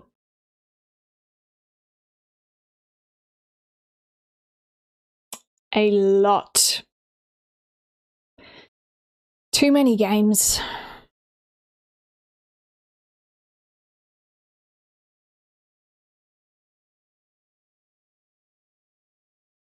You played Stellar Blade? Yeah, I have played Stellar Blade. I do like Stellar Blade quite a bit. I think it's a very good game. Do you play on Xbox? I've actually never had an Xbox personally. Because the thing is, I grew up with PlayStation consoles. And I was never particularly interested in any of Xbox's first-party games. I knew about them, but none of them really interested me, so I kind of just stuck to PlayStation when I was growing up as a result. So yeah.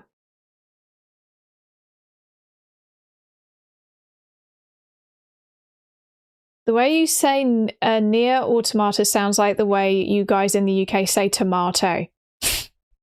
Yes, we say tomato as tomato. Isn't it in the US, you guys say tomato? Tomato? Tomato is how we say it in the UK. Near a tomato? I guess it does kind of sound similar to that. I don't actually know how you're supposed to pronounce automata, but that's how I've been pronouncing it, which might be wrong.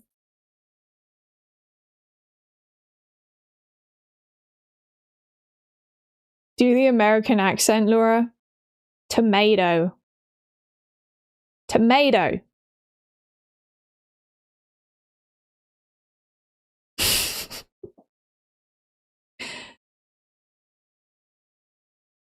Oh, Jelly redeemed a hydrate. Oh god, that reminds me of when I was talking like a cowboy while playing The Last of Us on the stream.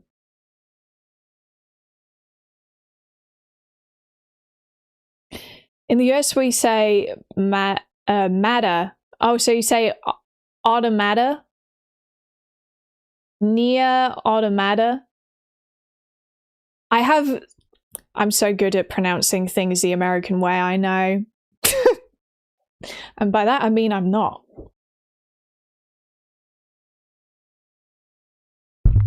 Oops.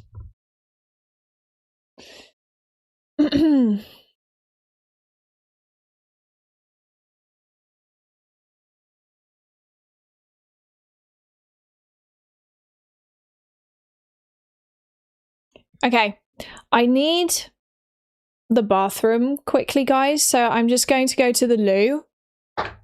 I would like show Mitzi while I'm gone, but unfortunately she's on her tree. So I am just going to switch over to the back soon screen, and I'll be like 3 minutes or something. See you in a minute.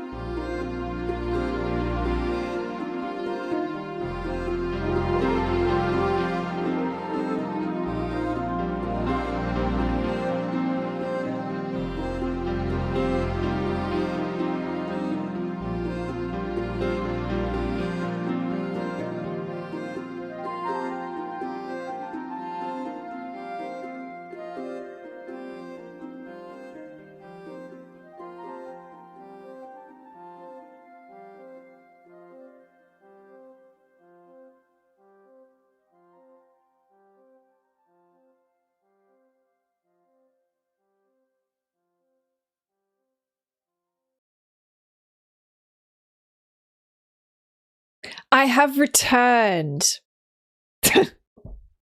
Dramatic entrance. We should do a prank on Laura.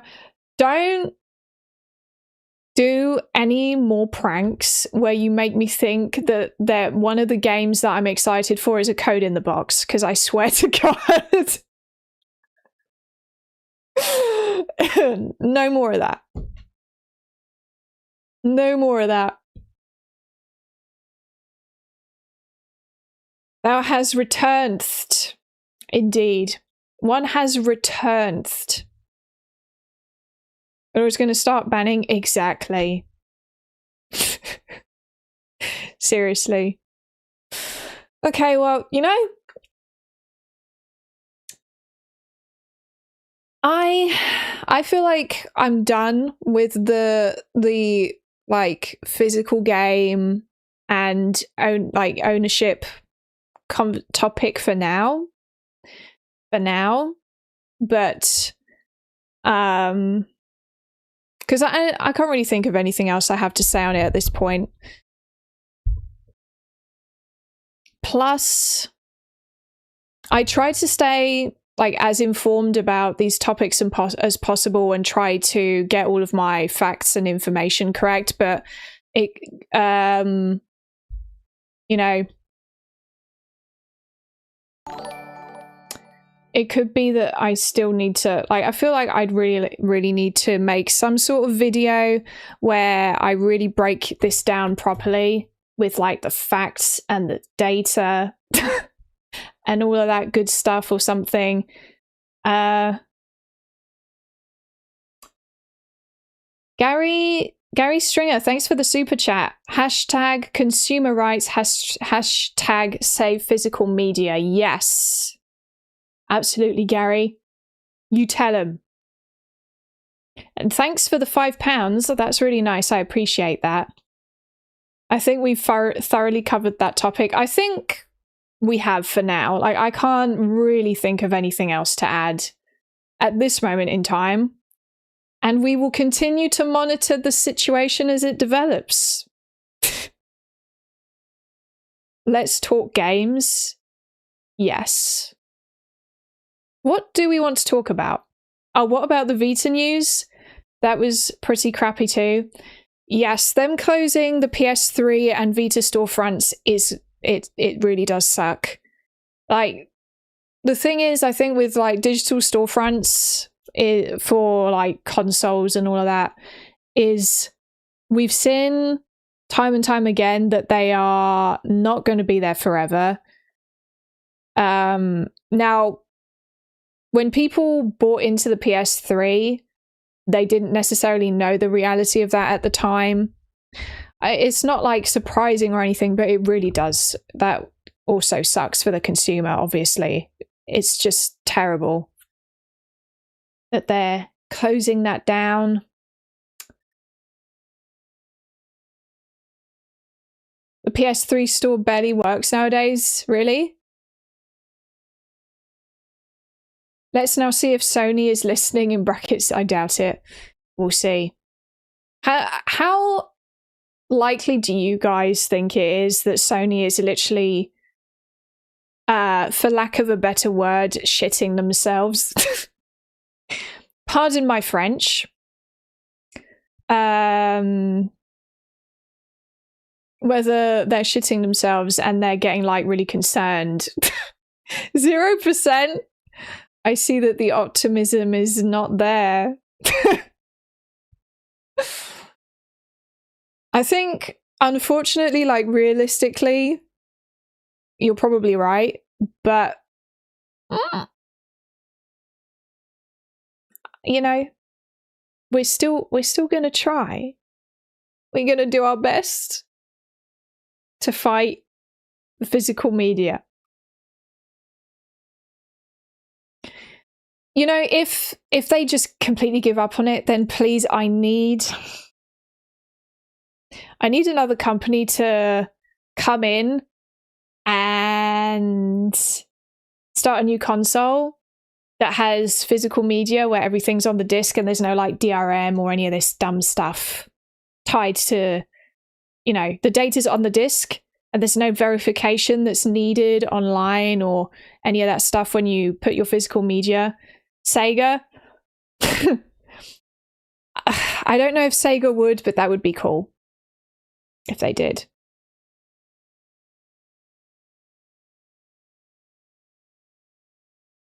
That would be the dream.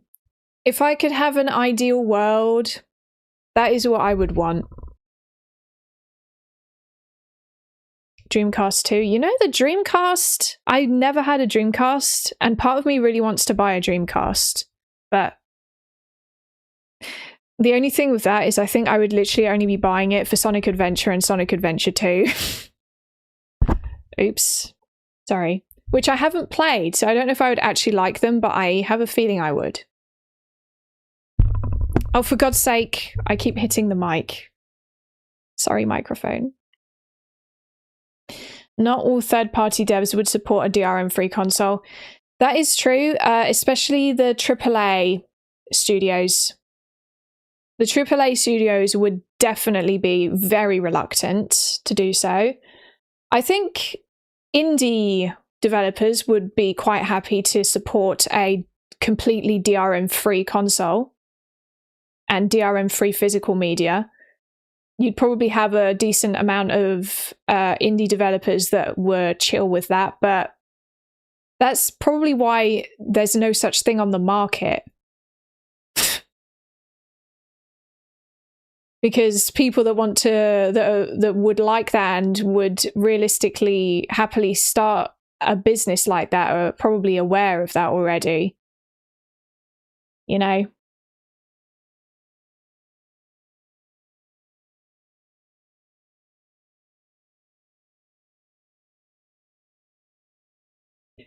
Yeah, dude, look, you've got to stop supporting Sony. I just also recently unsubbed from their premium. I'm done. I'll enjoy the gen till it lasts and go to PC and sail the seven seas. They gotta learn.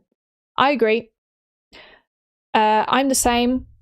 I mean, I know some people are probably going to take the stance that you also have to stop buying physical games from Sony, which I don't think there's anything wrong with that stance. But personally speaking, I'm going to buy physical games, but no digital.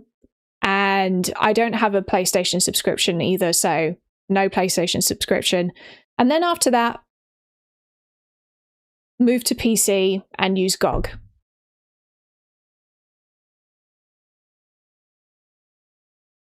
Laura, are you going to do an IRL meeting stream?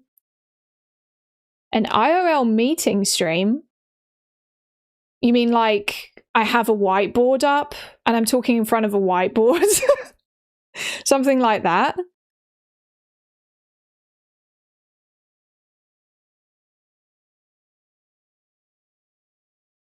Are you interested in GTA 6? Are you going to pay 100 whatever? No.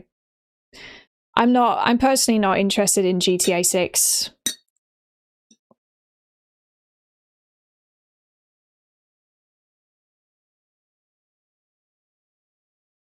No, with your subscribers. Oh, you mean like literally IRL, not on stream?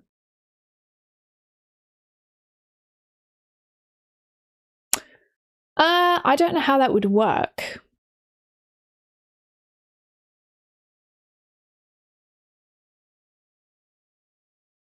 Meetings where you organize a riot with your army of subscribers.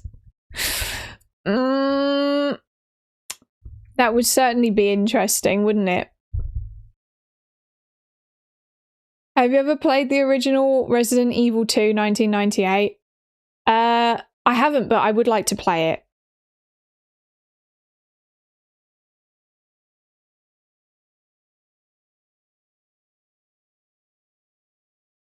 Oh, would you do a meet and greet at TwitchCon? To be honest, I'm not too sure about TwitchCon. They've had security issues. And that makes me a little bit apprehensive about all of that sort of thing, to be honest.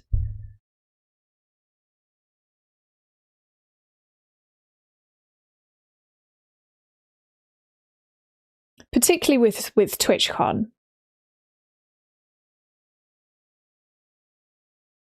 Do we think total no DRM is possible? Everyone could give their games to whoever they'd want. Illegally, it's clear. Total no DRM.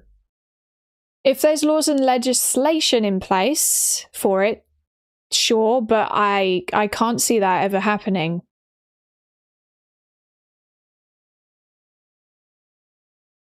In Minecraft? Yeah, maybe, if I got into Minecraft.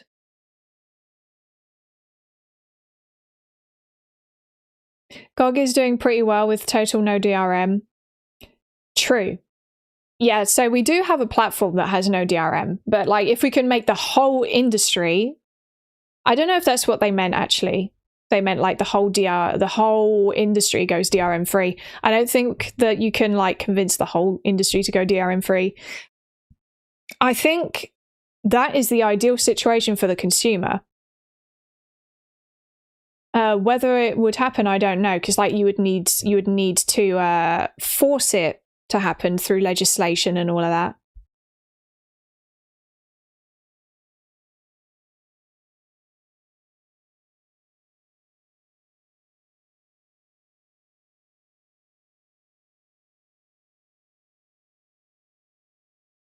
I'm going to be honest, a big reason I buy physical games is to see the artwork.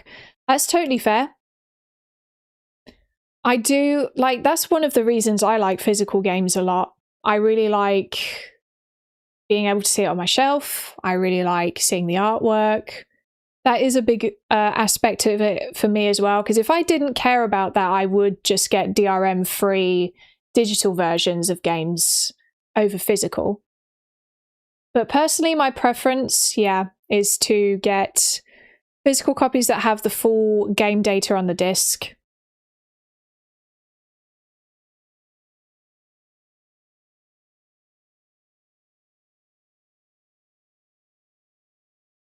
Time to go touch grass. No, not, oh my god, not touching grass.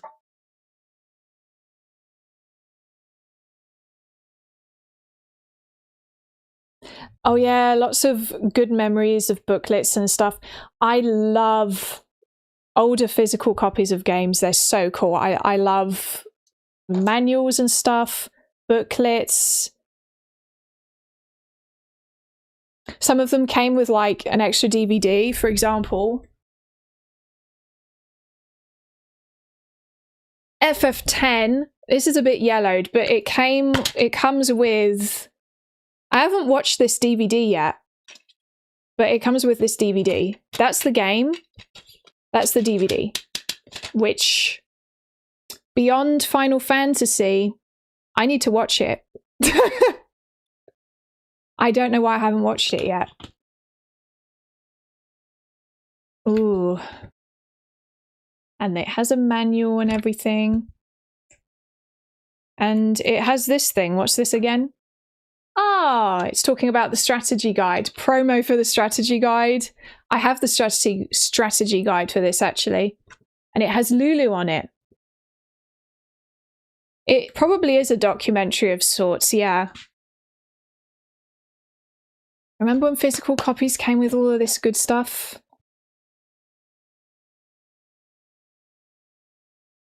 Watch party. If I was to play that disc and we were watching it on stream, the stream would probably get taken down. Unfortunately. I really want to play the PS2 version of this. That reminds me, okay. We're going to talk about happy things for a bit now. So, why can't we romance Lulu in FF10? Yeah. That would be pretty fun, actually, if you could romance Lulu. But yeah, they chose to not give you an option there. They were like, it's Yuna. But the fun stuff we have to talk about is I bought something from PlayAsia and it's shipped. Because I bought the Switch version of this. of FF10, you might be thinking, guys, you guys might be thinking, Laura, why have you bought another copy of FF10? But listen, I just really like FF10, and it's the Japanese version, so it has FF10 and FF10-2 on the cartridge. Okay, and FF Fangirl confirmed. Yeah, FF10 is one of my favorite games. I love it so much. And it's because it's the Japanese version of the game. It has the English version of the game on it, so you can watch it. I mean, you can watch it. You can play it with English audio and English subtitles and all of that. And there's the Japanese version on the cartridge. So at some point, I've been thinking I'd like to play through FF10 in Japanese. So that gives me the opportunity to do that. I have 2 to 3 copies of FF10 and never played it, really? FF10 is so good. But yeah, I also obviously have this copy because I like to have the original copy of my favorite games. And also I know that the facial animations and the character models are a bit different in the original PS2 version compared to the remaster. I do like the remaster, to be honest. I know there's people that really hate it. I do like how they look and everything, but yeah, I have this version as well so that I can play the original. What about FF9? I have FF9 as well.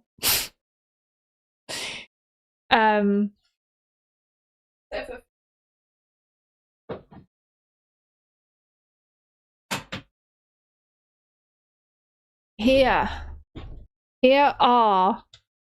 is the Final Fantasy PlayStation trilogy. So obviously we have FF7.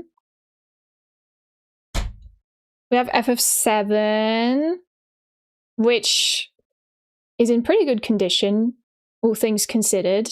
It still has the official PlayStation sticker on it. So this is probably an original case, I think. I don't think this is a replacement, but I'm not sure. And the discs do not have scratches on them, which is crazy. There's some minor scratches on the case, but the discs do not have scratches on them. And then I have FF8. I think this is they've replaced the box for this one because it doesn't have the sticker. So I don't think this is the original box, but it is the official version of the games in here. These are the actual official releases, right? So we have FF8 and we have FF9 as well, which also has the sticker. So that's official. I love PlayStation game cases. They make me very nostalgic. Even though we didn't have many PlayStation games, but they still make me very nostalgic when I look at them. Which one has Cloud and Sephiroth? That's Final Fantasy VII has Cloud and Sephiroth in them. There you go. This one.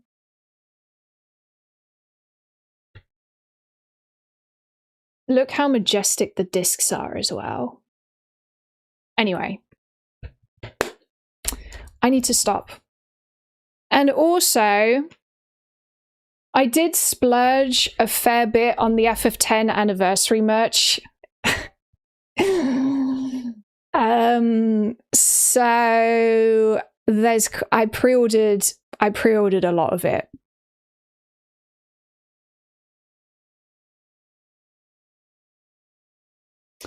Hi Laura, thanks for this campaign. There's current research into massively increasing the amount of data that can be encoded onto CDs.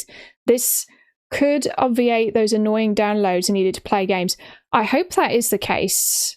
I think I remember seeing something a while ago that there's some researchers or something that have figured out how to unlock more data on Blu-ray discs or something. I don't know. I remember seeing something like that, but that was a while ago. So if that is the case, that would be great. What's a lot? Okay, so I got the Tidus or Tidus, however you want to call him, and Una plushies to go with Cloud and Aerith behind me. And I also wait a minute, what did I buy?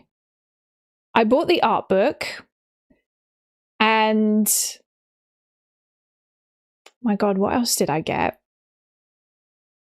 The vinyl. The vinyl is the last thing that I caved on, because I was thinking, okay, I like vinyls. I don't really collect them. It's more like I just buy some, because we do have a vinyl player in the house. My dad has one. So technically I could listen to them if I wanted to.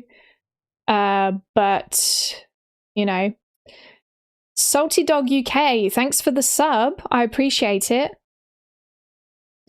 But I'm not like a vinyl collector, but because it's FF10, I decided to get it. And it will go with my very small little vinyl collection. I also bought the CD soundtrack for like the house mix. They've done like a house mix version of select tracks from the soundtrack, and I thought that's cool because I like kind of house music and stuff. So I got curious about that, so I bought that.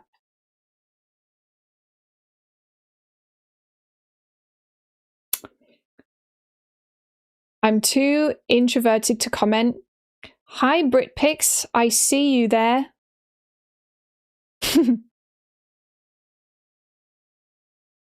Oh, I forgot. The other thing I ordered on PlayAsia with the physical, with the Switch version of FF10, the Japanese version, I also have finally bought the FF7 Remake CD soundtrack and the FF7 Rebirth CD soundtrack, because it was about time. I kind of splurged a little bit.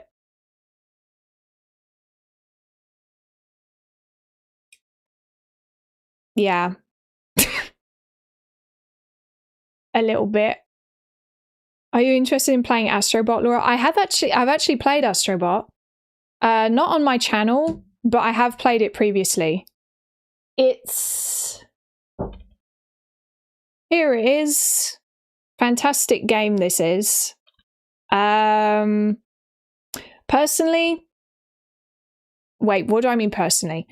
I haven't got all the bots and all of the collectibles and everything, so I was thinking I could maybe do a stream where I try and get all the remaining stuff that I haven't got or done in the game yet, maybe at some point. I don't really want to like restart the whole game and replay the whole thing on stream, at least not yet. But maybe in future.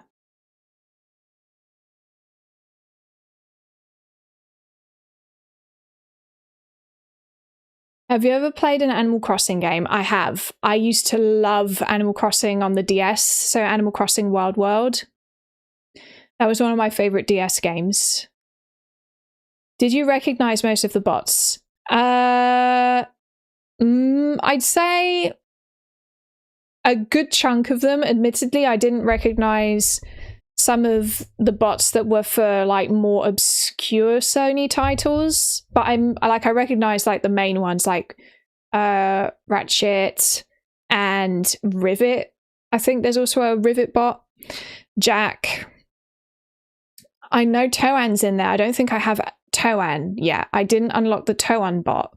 Toan from Dark Cloud. Spyro, Crash. Joker's in it. Joker is one of the bots from Persona 5. I'm trying to remember. There's so many of them.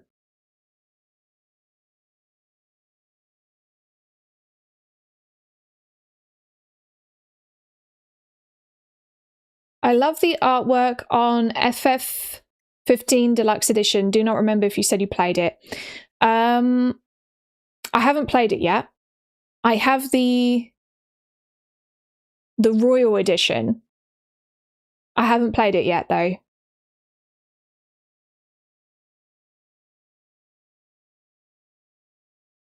Do you have amiibos? I don't have any amiibos. Did you see the cloud bot? Yes. That's a good point. There is a cloud bot now. I don't remember if I have the cloud bot though, because I actually can't remember. I did load it up after the update that had Toen and Cloud in it. I can't remember if it was the same update that had both of them in or whether they were separate updates. But either way, once both of them were in the game and I knew about it, I booted it up to try and find them. And I can't remember if I did actually get Cloud. I don't have the Toen bot though.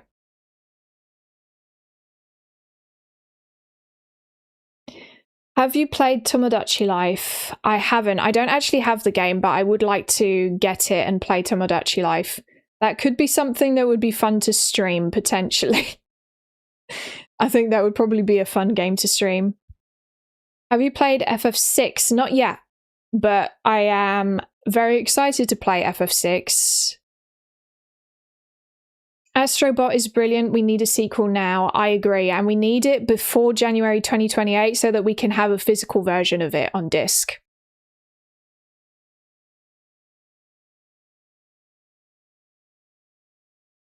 Tomodachi gets repetitive quickly.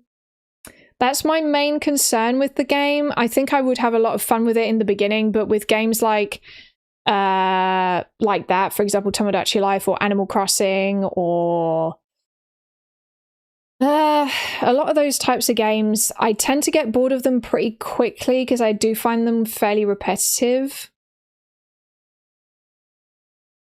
How about Dragon Quest? I've played Dragon Quest 11. I haven't reached the second credit roll.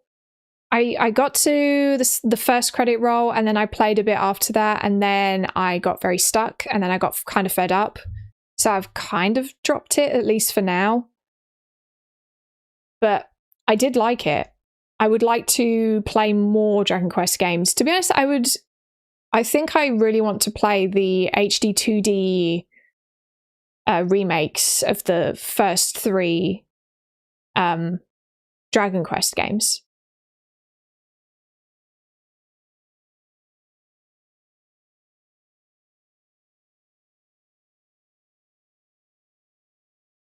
I don't want to be a me on a Tomodachi game.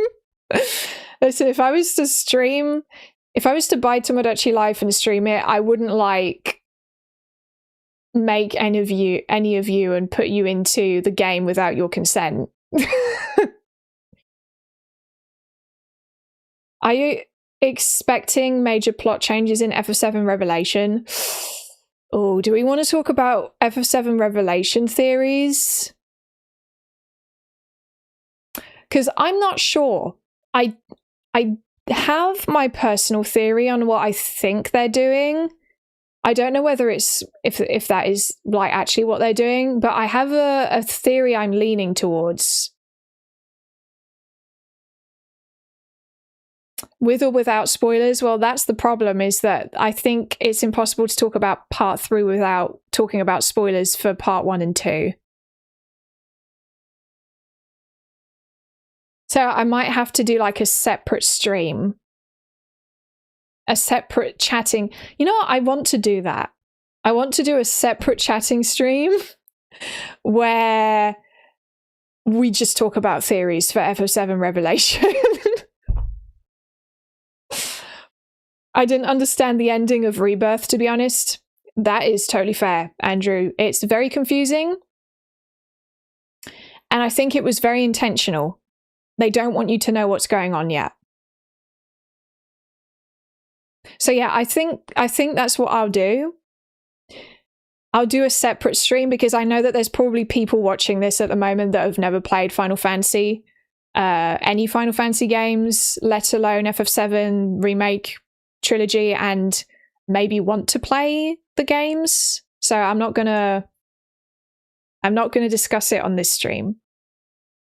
But I do have theories. I've been kind of itching to talk about it. A stream just for the FF7 Reebs, sign me in. Yes, FF7 fans unite. FF7 Remake Trilogy fans unite, because I know that not not everyone likes the remake trilogy, which is totally fair. I respect the people that don't like it. The FF7 fans that don't like the remake trilogy, I respect them. Kate Sith. Speaking of Kate Sith, my mum's favourite FF7 character is Kate Sith, literally just because he's a cat. Are you going to stream Mario Kart again? I would like to. However, I don't think I can multi-stream while playing Mario Kart. I did, the last time I did that is what I did, and the stream was very laggy. So I think what I would have to do is either play, like just stream it on Twitch or just stream it on YouTube, because my internet bandwidth can't handle multi-streaming and playing a game online at the same time, unfortunately, because I don't have very good internet. Or I could like do 2 hours on YouTube and then 2 hours on Twitch. I don't know. That's definitely something that we could do. I think that would be fun.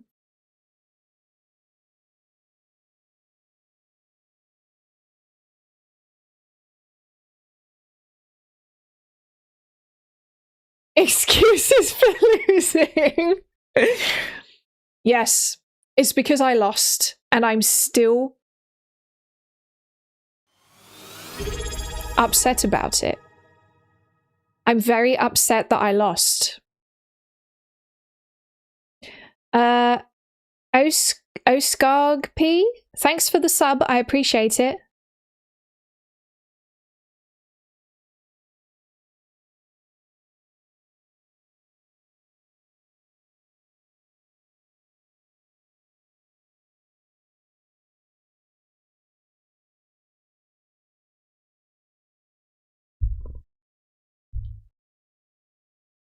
She is salty. I am.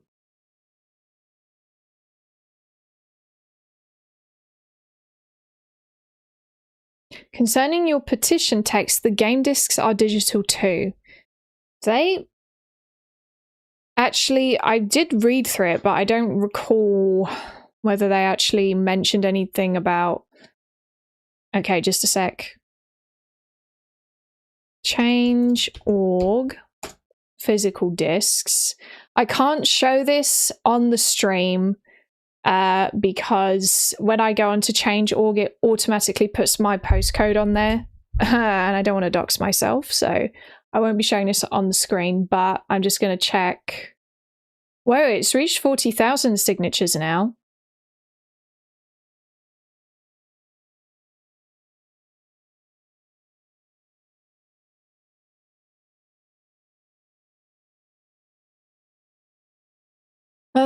On July 1st, 2026, Sony announced it will end production of physical discs for all new PlayStation games starting January 2028. New games will be sold digitally as a box containing only a download code with no disc inside. Is that what you mean? Because yeah, that seems to be what they're doing. They plan to like switch over to code in the boxes, which was what we don't want. Yak Dude redeemed a hydrate.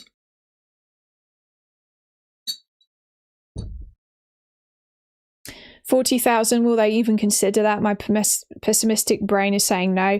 They won't consider 40,000, but this is like the petition started yesterday. So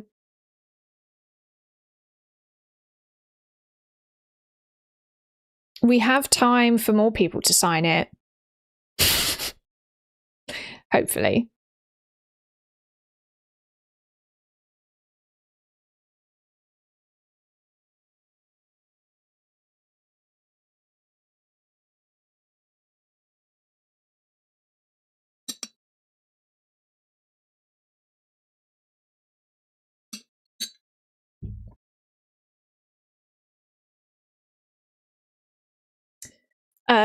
You're just the Gebs 28 want to be a copycat.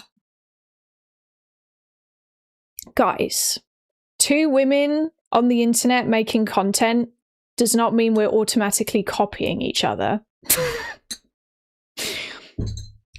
I know that's crazy to consider, but no.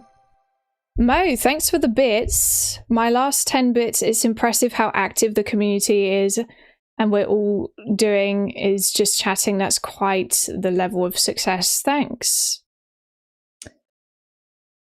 I'm honestly glad to see how much people are responding to this.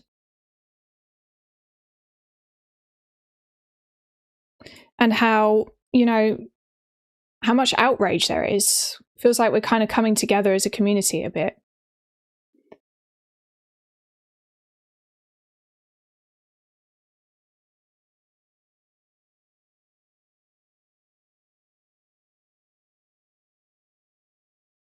Is Mickey okay? Mickey's okay. She actually posted earlier. I don't know if you saw that.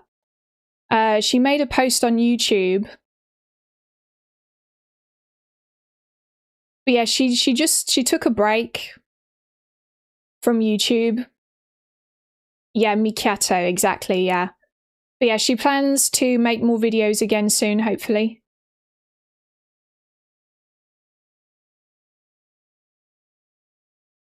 When did she post? Let me check. Let me check when that was. It was like maybe 3 hours ago now.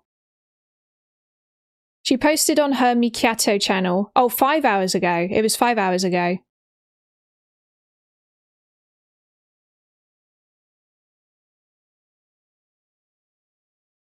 There we go. Mikato. Oh wait, it will not focus. There you go. She's got her CRT, guys. Isn't that exciting?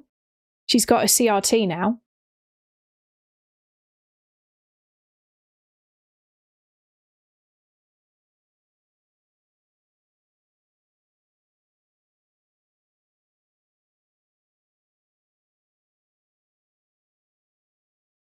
This would bring her out of her hole. Yeah, physical media is important. It will drive all gamers to be vocal.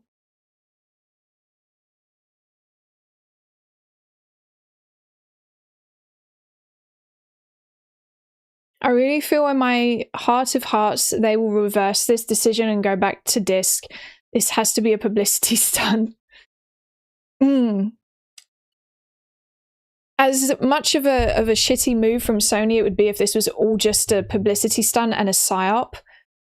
I would be glad if it turned out it was. Because, you know, we still want our physical media. But I have seen a few people that do actually believe that.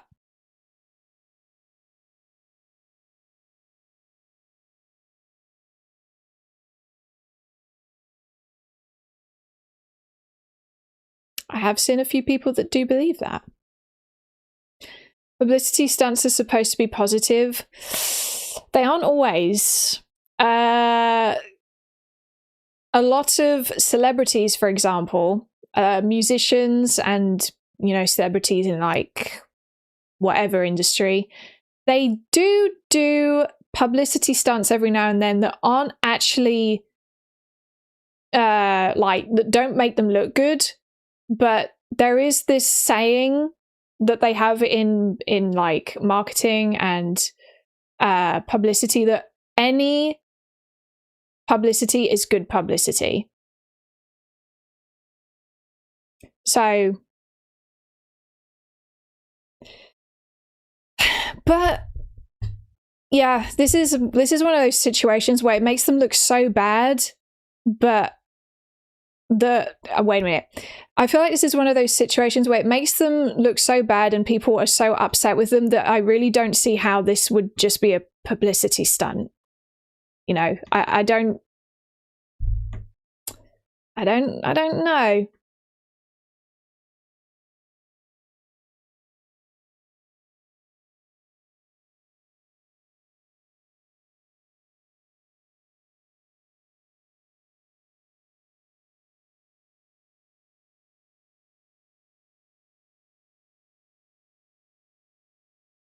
So your video about Sony ending physical media support, we really can't own anything nowadays, can we? It really does suck. I like I said, I really hope that they change their decision on that, but I don't know. Dude, if this was a publicity stunt, they've got rocks for brains. They made a big portion of us lose any trust in them. That's what I think. I really don't think that if this is a publicity stunt, that there's any like positive outcome for them.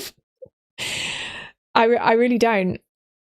There's people that seem to think that maybe what they are doing is that it's just a publicity stunt where they are claiming that they're going to take away physical media, and then they are going to come back in a few months or so and say, hey, we heard you, and we've decided that we're not going to discontinue physical discs.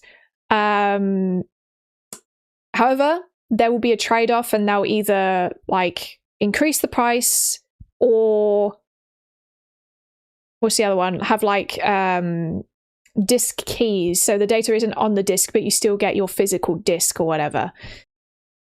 So, and then that makes them look good for listening to the consumer, but it also gives them a window to force a compromise onto us, if that makes sense.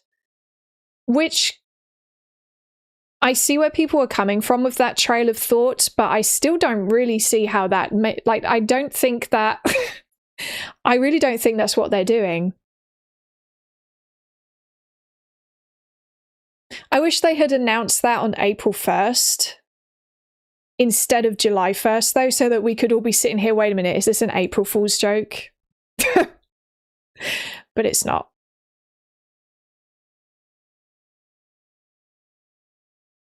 It's cope. I do kind of think it's cope, unfortunately. Maybe we're wrong. Maybe it is just some sort of weird publicity stunt, but I don't think it is. I think they're being fully serious about this, unfortunately. I ain't sure about that. Not impossible, but unlikely. Yeah. That's what I think. Not impossible, but unlikely is what I think regarding that.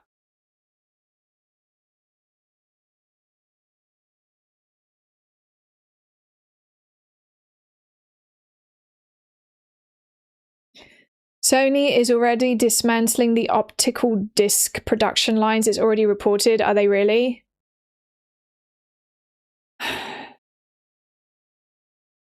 Well, that's great if they are. The other thing, you know, I like how we've gone from talking about this at the beginning to then God knows what, and then we're coming back around to this. But the other thing really is I think people do need to consider if Sony discontinues discs for PlayStation, then what does that mean for physical media as a whole going forwards? Because they could just continue PlayStation game discs and that's it. But they are the main manufacturers, or literally I think even the only manufacturers of Blu-ray discs overall. If I'm correct, I think like if a Blu-ray disc is made, it's made by Sony or something, or at least the majority of them are. So if like, will that then lead to them in future just completely dismantling their production of Blu-ray discs as a whole? So there's no Blu-ray movies, there's no DVD movies, there's none of that.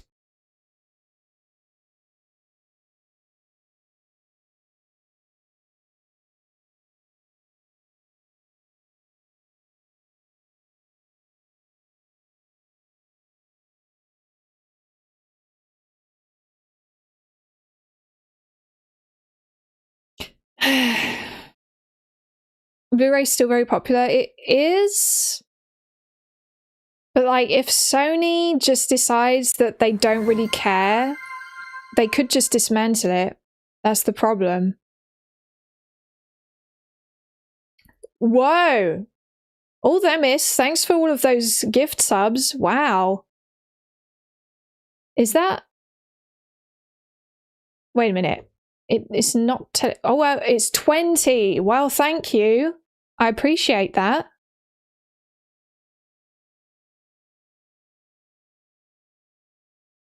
All them is the great. All them is the great. The goat.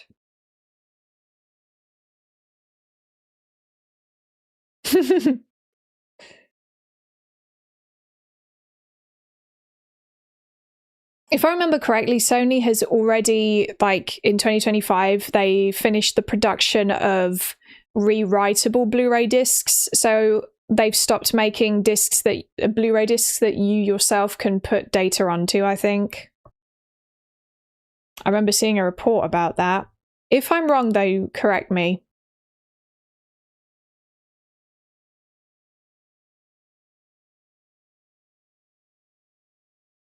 It's going to be alright, Laura. Rest assured, great games will still be released. I'm sure they will. I'm sure there will still be great games. I just hope that we can have actual ownership over them. That's my main concern. It's my main concern.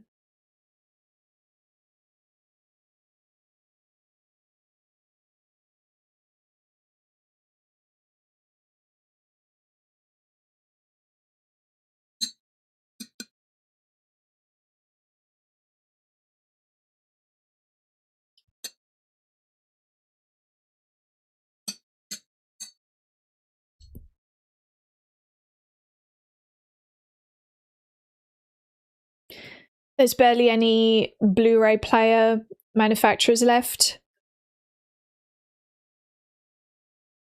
Are they? I guess they probably are kind of closing down production for Blu-ray players. I mean, I still see plenty of them for sale, but yeah, I'm not like too familiar on the situation there, to be honest, not gonna lie.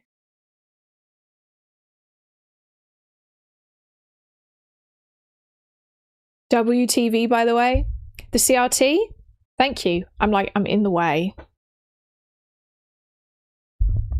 Ta-da! And yes, there's my ring light. Look, guys, the ring's moving. And it's totally not me doing that. It's not me doing that. No.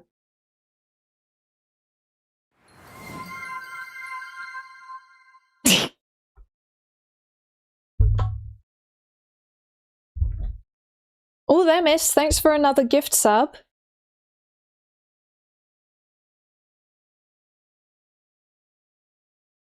All there, miss really is the goat.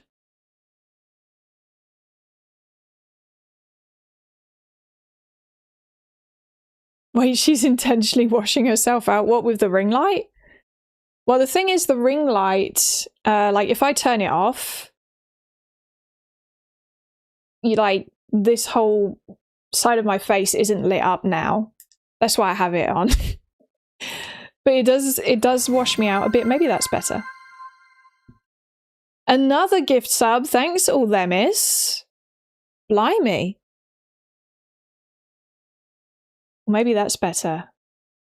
Yeah, switch it to like an orange light.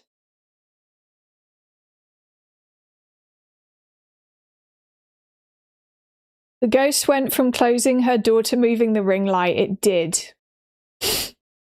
Is the ghost friendly? Yes. Friendly ghost. Me and the ghost are friends, actually.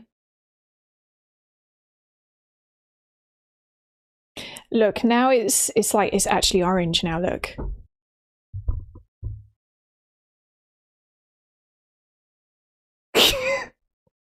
People joining the stream are literally going to be wondering what the heck I'm doing.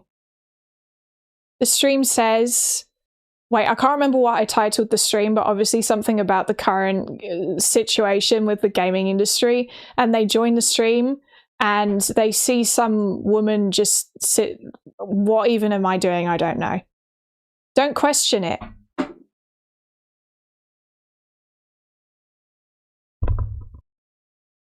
She's losing it. I am a bit. It's the Elden Ring, exactly. The Elden Ring is in my CRT.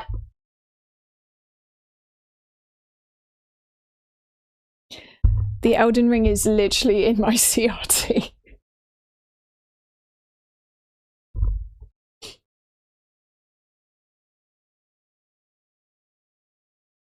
That's how games used to look. Kind of. The title is discussing the current situation in gaming and various other stuff. Okay. Well, it does say various other stuff, which is very unspecific. So, you know. Is that a Sony CRT TV though? It's a... What's the brand? It's a Daewoo. I don't know if that's how you pronounce it, but it's a Korean brand. A Daewoo. I know that Sony Trinitrons are like the most sought after ones. But the gamer redeemed a hydrate.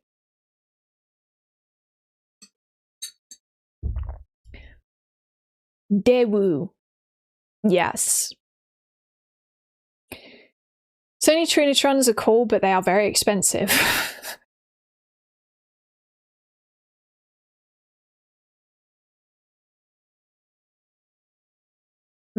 Is the username supposed to be read as like Matrix 5s? Redeemed a stretch. Wow, I think this t-shirt or polo shirt of mine might be a little bit small. I can't lift my arms up all the way, and that's not, no.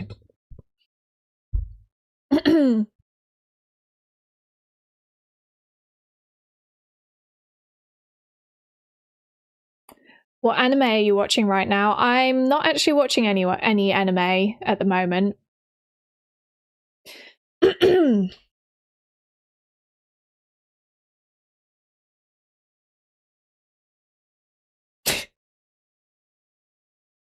You watch the World Cup? I haven't watched any yet. I might be swayed into watching the World Cup if England gets pretty far into it. I actually have no idea. How far into the World Cup are we now, guys? Is it like the... Excuse me, is it like the quarterfinals, semi-finals? Are we near any of that? Because I never watched the whole thing. I've never watched the whole World Cup all the way through. The earliest I've watched from, I think, is like the quarterfinals or the semi-finals or something. Almost quarter. Okay.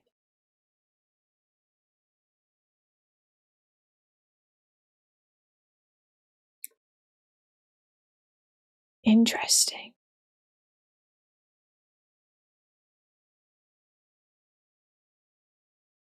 Very interesting. Facts can't contain the biceps. Yes, it's the sheer power. It's my sheer muscular power. It can't contain my biceps. My massive biceps.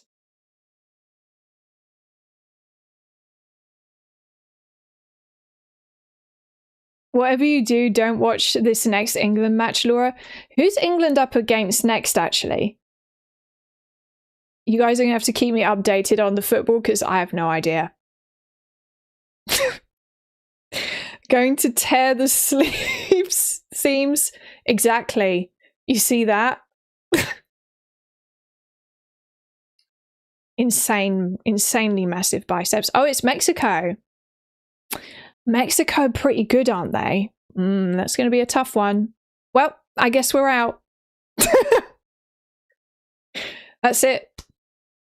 It's over for England. I'm just kidding. Who knows? Oops. Laura, are you still playing Stardew tomorrow or Elden Ring? It will still be Tomb Raider? No, not Tomb Raider. It will still be Stardew tomorrow. Yes. Elden Ring, I will play next week. Woman of a lot of faith. Exactly. I have about as much faith in the England team getting to the finals as I do Sony reversing their decision on their discontinuation of physical discs. That's how much faith I have. So if England does somehow win the World Cup, that is when I will sit here and think, oh my God, England won the World Cup. Maybe that means that Sony is going to reverse their decision on the... but probably not.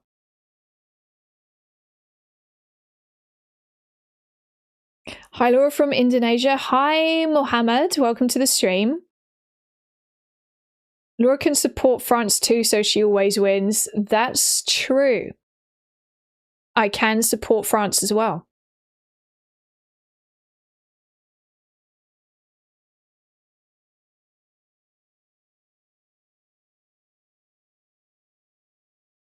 The former is more likely than the latter.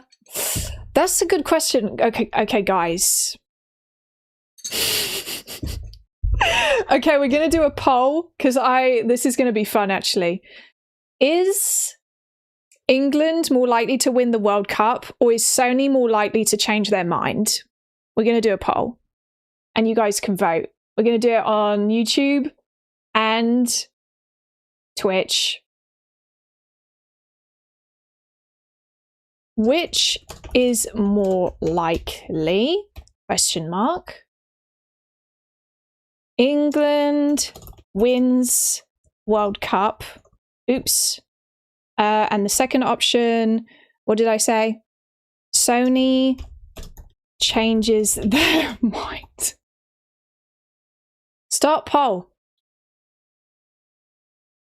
There we go, guys. Has it posted that properly? Okay. The moment of truth.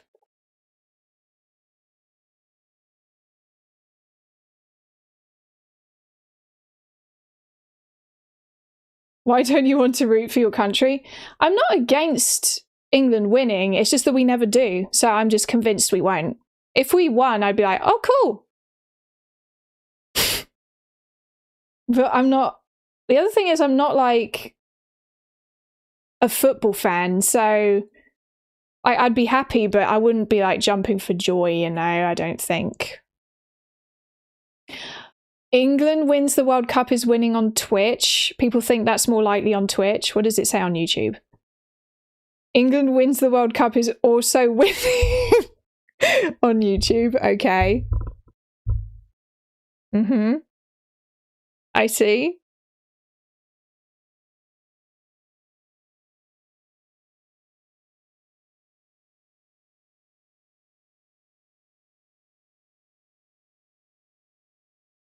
Will you be celebrating drinking tea? Yeah. Actually, you know what? That's probably literally what me and my family all do. If Sony gets to the World Cup finals, no, if England gets to the World Cup finals, then honestly, me and my family might actually watch it. And if they win, we'll probably just go, oh, nice. Well, that calls for a cuppa then.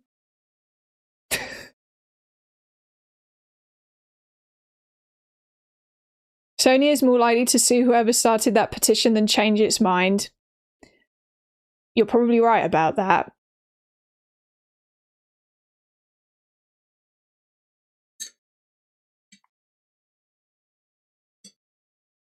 So technically she didn't mention 2026 World Cup, so basically England will someday win a World Cup.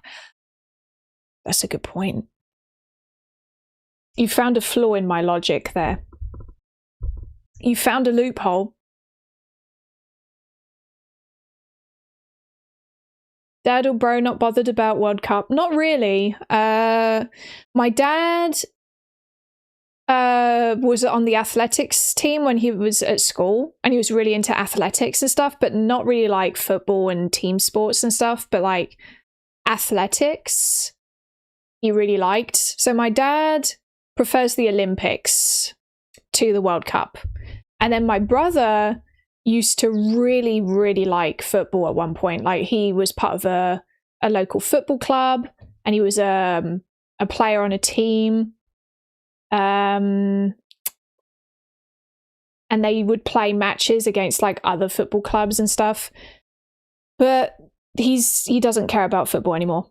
He's not interested.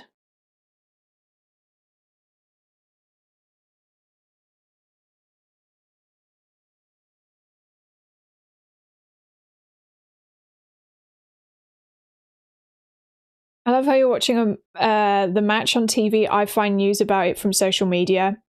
Most of the time, I just find out about what's going on from chat. That's how I know.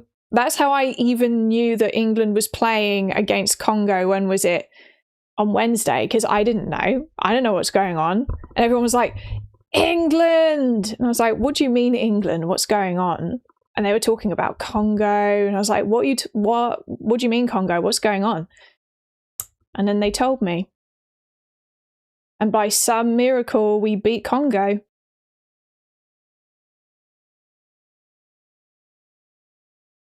I get all of my news from chat.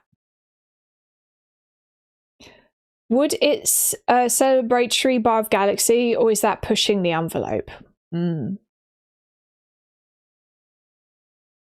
I guess yes. I would celebrate with a cup of tea and a bar of galaxy. Well, Twitch is very much convinced that England is much more likely to win the World Cup than Sony changing their minds. It's like an 82% England wins World Cup. 82% England wins World Cup. I see, we are very positive. Whereas on YouTube, people are slightly more positive because it's 65% England wins World Cup. I'll end the poll now because no need to keep it going.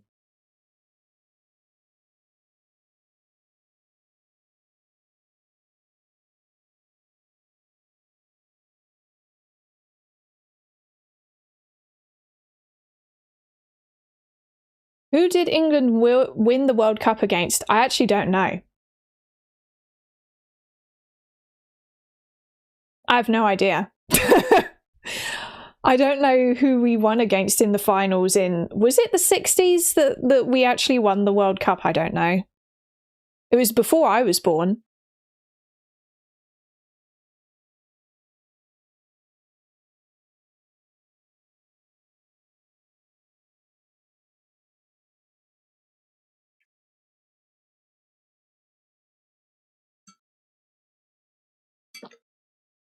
Oh, it was against West Germany in 1966? Whoa. It's been a long time. Hello, new viewer here. Just watched your video on Sony killing discs. Thank you, Purple HG1. Thanks for joining the stream. Yeah, we've been discussing about that. We've kind of, I guess, moved on to talking about the World Cup somehow now. But yeah, we were discussing that whole situation for a while. It's very frustrating. I hope that they change their mind, that Sony changed their mind, but I don't know how likely that is. We've been collectively coping, LOL. We kind of have been collectively coping a little bit. We've been trying to be positive about it, but whether they're likely to change their mind, I don't know. Oops, I keep hitting my mic today.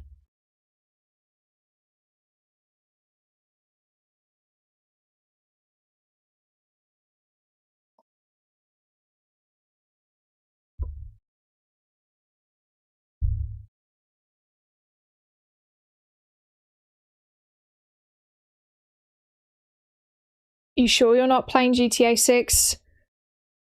I mean, the thing is I've never played a single GTA game. I was never interested in them growing up. I do have some interest in them now, I guess. But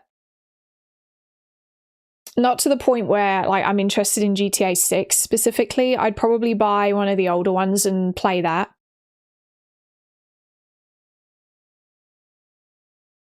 I have decided that I need to bolster my PS2 collection, not enough games. Honestly, same. I really want to buy a lot more PS2 games because I have my my CRT there and I have my PS2. And I have a few PS2 games, but I definitely want to get more because the PS2 is it's my favorite console.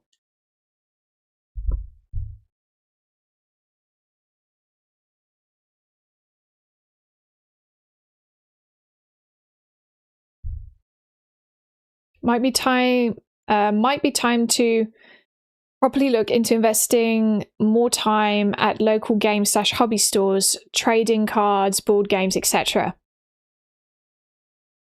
Laura, time to rebrand as a Yu-Gi-Oh! YouTuber. You know what? Maybe you're right. I'm gonna switch over to being a Yu-Gi-Oh! And card game YouTuber.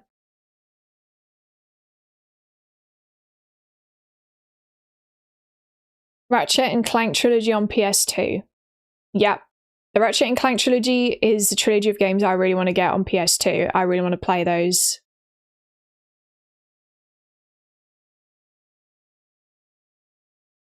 Wait, did you grow up on PS2? I did. I was born in 97 and my dad had the first PlayStation. So like the first time I played a video game was on the first PlayStation, which was my dad's. And I don't remember it that much because eventually he upgraded to a PS2 and I don't really know what happened to the original PlayStation. Either it broke or my dad got rid of it because he realized that the PS2 was backwards compatible or something, I don't know. So he had the PS2 and I mostly grew up with the PS2, yeah. Most of my formative gaming years were on the PS2. And I remember watching my brother play the Ratchet and Clank games, like Cooper, Jak and Daxter. I personally played things like The Sims, the Sims console games that existed, and what else? Dark Cloud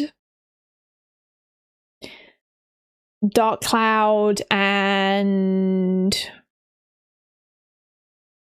Tomb Raider. I don't know why I couldn't think of Tomb Raider off the top of my head for a second there. Mahjong gaming channel, old school, yeah.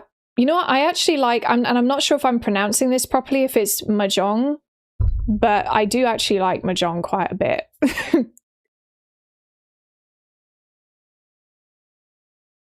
No Metal Gear Solid. Well, during the PS2 generation, my mum wouldn't have let me play Metal Gear Solid because she would have considered me too young. I wasn't allowed to play 18 plus M-rated games because I would have been at ages up until the age of when did the PS3 generation start? Was that 2006? Because by the time the PS3 generation started and the PS2 generation kind of ended, I think I was in my early teens.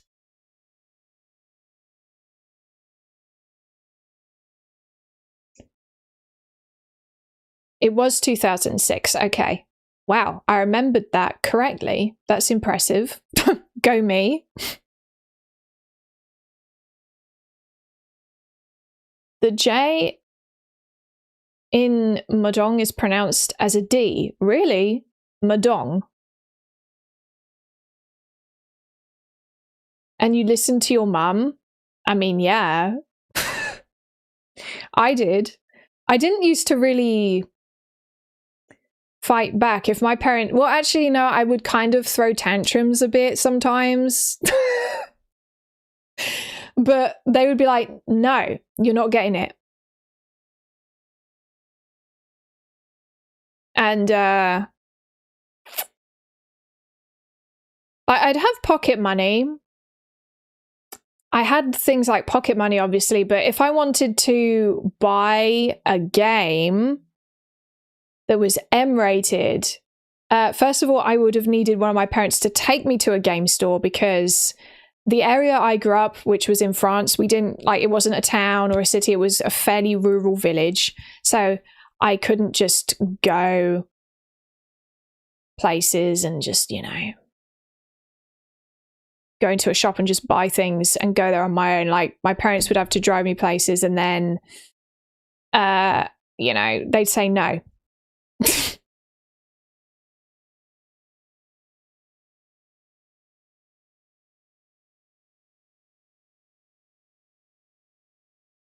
To be fair, I don't remember wanting 18 plus games before I was 13. Yeah, that's the other thing I didn't really want. I wasn't really interested in M-rated games at that age. Like, I liked stuff that was more kind of colorful looking. I was into like more, either things like Spyro appealed to me. The only, like, I guess kind of mature game that, or franchise that I was interested in was Tomb Raider. But even like Tomb Raider 2, obviously with the graphics that had, it wasn't like hyper realistic, and I don't know if that was M-rated or not. It might have been older teen or something, I don't know. But that was my dad's game anyway, so that's how I ended up playing Tomb Raider 2 and stuff. And then Tomb Raider Legend was 12 plus, so my parents are like, that's fine. And then Tomb Raider Anniversary was 16 plus, and I guess they thought, well, I guess that's okay. But M-rated, I was not allowed, and to be honest, I wasn't that interested. Donc tu parles français? Ouais, je parle français. I do speak French. Yeah.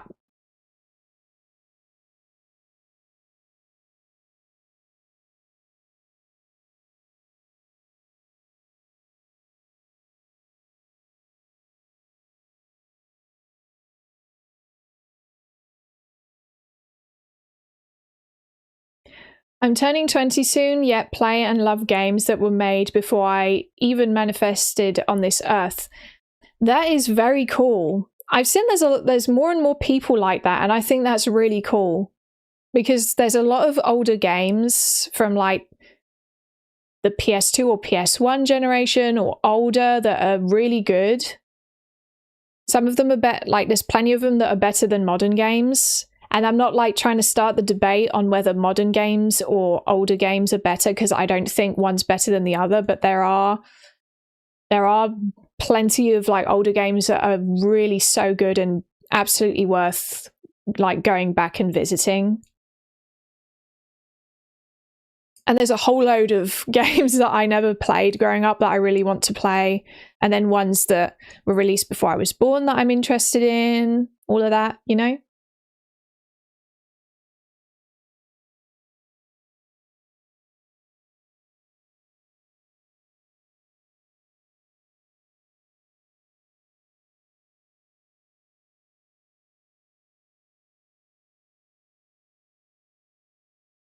Whoever that person is, I hate you for making me feel old. You're not old, cold spider. You're only as old as you feel. Plus, there's nothing wrong with getting older either.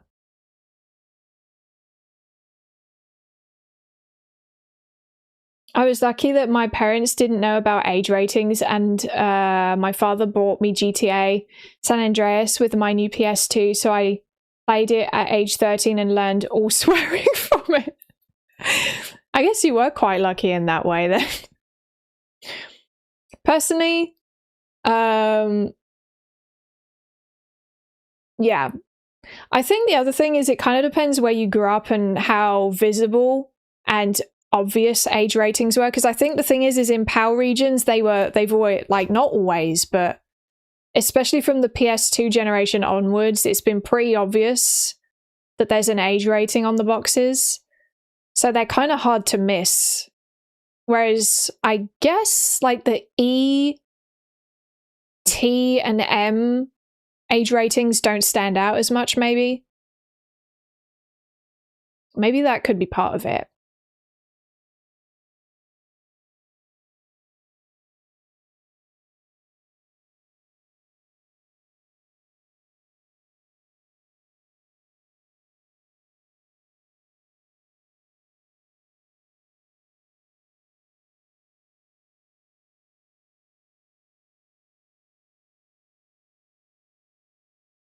I stepped away for a second. She didn't comment on it again, did she?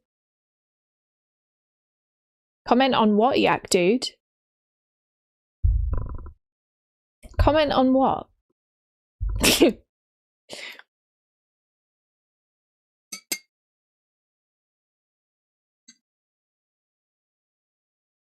I love how simple it was back then. Same. Modern gaming is cool, and I do enjoy plenty of modern games, but I do honestly miss like how simple some of the older games were. And like when I look at things like GTA 6, now this is just me personally, but things like GTA 6 and certain of these like really big games that are like massive and they take up a huge amount of space on either your hard disk or whatever storage.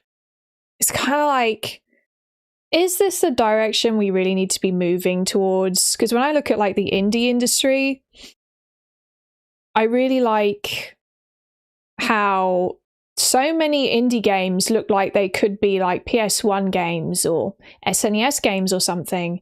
And they're kind of keeping the simpler model alive of having much smaller game files and a much smaller game. But, you know, in a way, it kind of makes those games kind of more accessible. Kind of makes games a bit more accessible if they're not as big and expensive and they're a little bit more straightforward. Because some of these like modern games, they do like to try and like have everything in them, you know?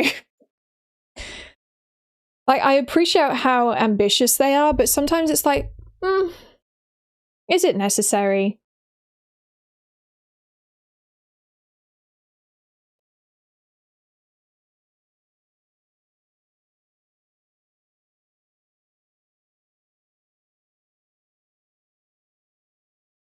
Yeah, that's why small developers and indie games have been going nuts like Schedule 1 did. Yeah, exactly.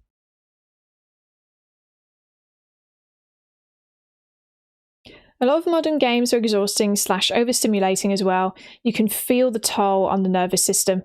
You know, I have noticed that, to be honest. There's plenty of more modern games, you know, they're very cinematic and it's very cool, but there is a lot going on. And sometimes when I sit here, because I have been streaming a lot of these games, I have found that they can get a bit overstimulating sometimes. Doesn't make them bad, but it just... I never remember having issues like that when I was playing PS2 games. I can sit there and play Dark Cloud for ages, and I don't get motion sickness. I don't feel overstimulated or kind of like, whoa, I need a break. Unless I start getting bored, but that's a different feeling, you know? Last of Us, LOL. The Last of Us Part 1 did make me feel a bit like that, yeah. Don't get me wrong, it's a great game, but I was kind of like, whoa, this is a little bit overstimulating at times.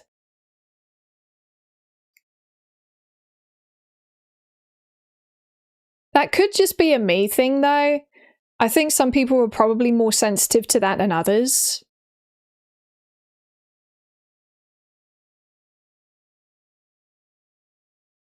Will you play Elden Ring next week? Yes. Yeah, don't worry. I will... Dark Cloud is the benchmark game, exactly. Dark Cloud is the benchmark for everything for me. But yeah, next week I will play more Elden Ring, definitely, don't worry. I don't know if it will be a 4-hour or a 6-hour stream, but probably Tuesday or Wednesday I'll do Elden Ring. No, like this isn't like a set schedule yet, but that's what I'm thinking at the moment. Probably Tuesday or Wednesday Elden Ring. I don't know if it will be 4 or 6 hours because I do like actually streaming Elden Ring for like 6 hours, but I do think that I probably shouldn't do that every single Elden Ring stream. Dark Cloud was the first video game ever. Exactly. Dark Cloud was the blueprint for everything. It was the beginning. Dark Cloud started everything. Before Dark Cloud, there was nothing. You like Dark Cloud for the hydration game mechanic? Yeah. Exactly. I'm sure Yak Dude must love Dark Cloud actually now that I think about it. Because of the hydration mechanic. Am I right? That's one of the best things about it. Exactly. Dark Cloud was the first video game ever.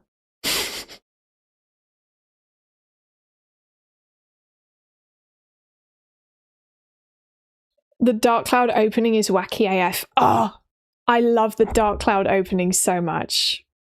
I love it. It's so good. Do we want to watch it like now for no reason? We could just sit here and watch it. Wait a sec. Don't worry. I'm spreading the Dark Cloud agenda. This is why I started my YouTube channel and it is why I am here. So that's what we're going to do.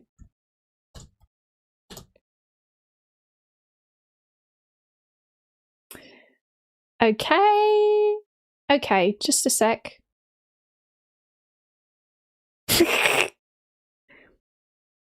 Like the actual video. Hello? Okay. This is like PS2 quality. It's not great quality, but it will do, I guess. Oh, okay, no.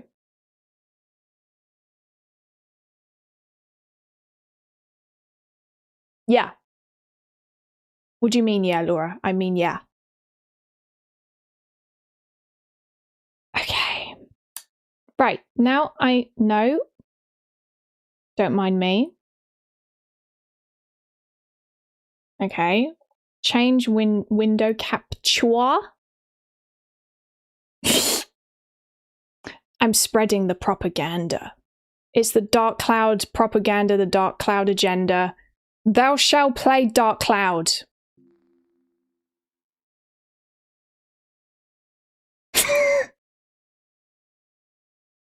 Hello? Oh, there we go.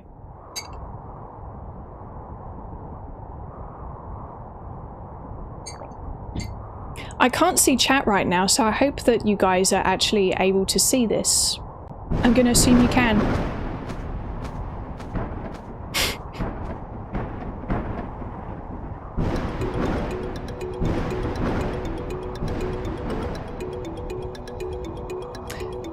This is such a banger.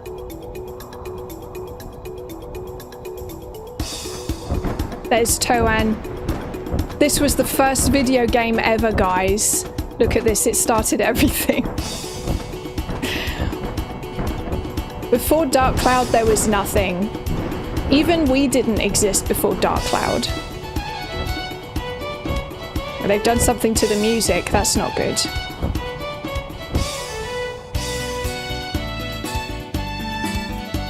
Something's up with the music. It's okay, when I stream the actual game, the music will not be glitchy.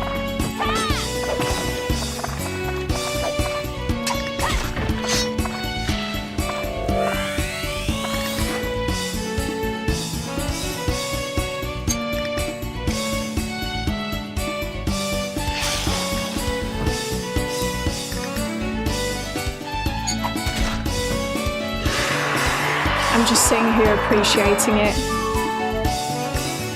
Just watching it makes me happy.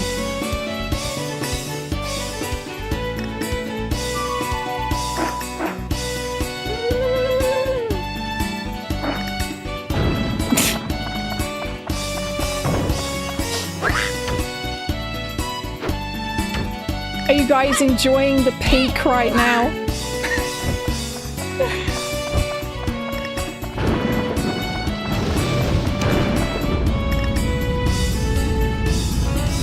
Man, I remember when I finally got to this section.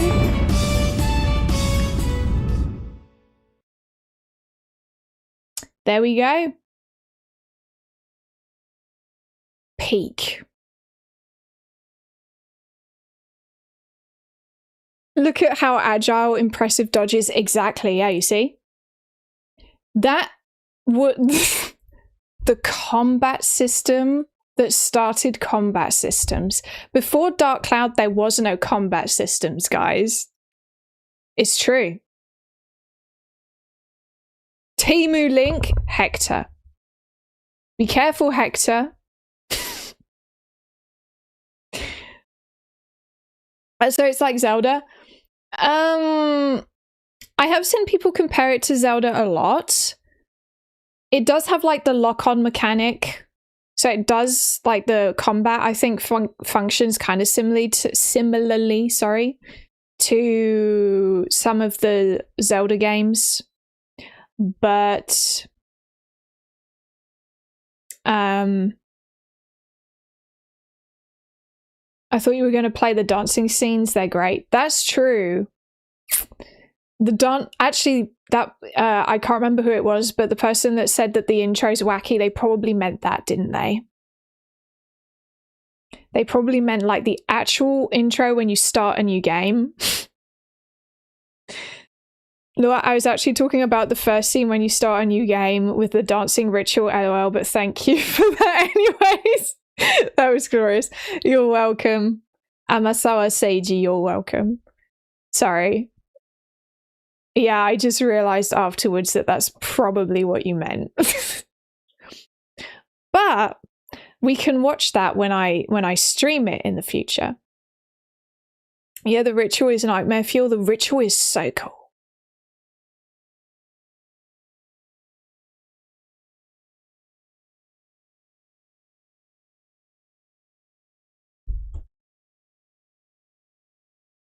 Is Mitzi sleeping on her cat tower today? She is, yeah. Also, Mitzi told me to tell you guys that she is very pissed off with the whole situation as well. And she also said to play Dark Cloud.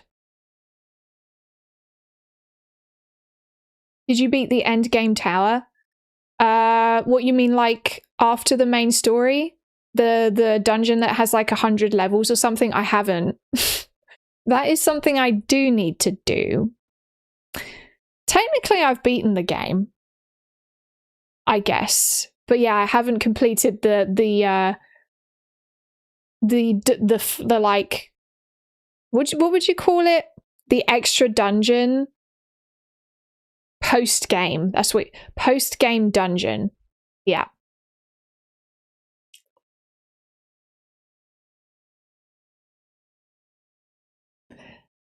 Laura, you remember what I called my character in the Dark Cloud demo, right? Yes, hydration. Yeah, I remember that, yeah. Hydration. Honestly, the hydration mechanic, okay. I'm telling you guys, the reason Twitch like has a hydration redeem thing is because of Dark Cloud. That is where they got the idea from. But the gamer redeemed a hydrate. And also, Rami redeemed a stretch. It's only on PS2? Unfortunately, yes. And you know what? I just remembered that because... Wait! Is it on GOG? GOG. I think I looked previously to see if it was on GOG, but I don't remember.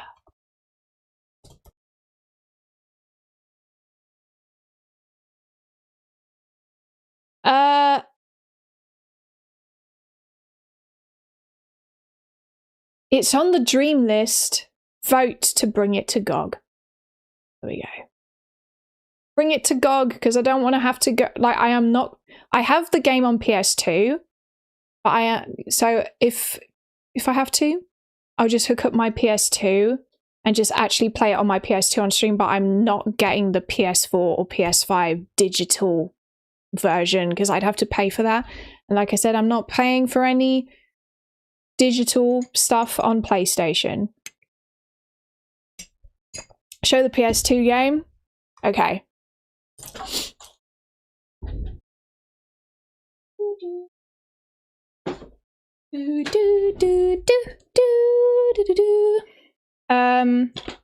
Here it is. There it is. There's the game. There's Toan.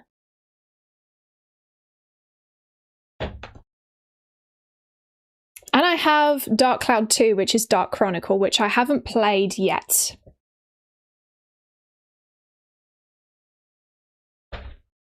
GOG. GOG, you need to bring Dark Cloud to GOG. Actually, you know what? I'm going to infiltrate Sony headquarters and just take the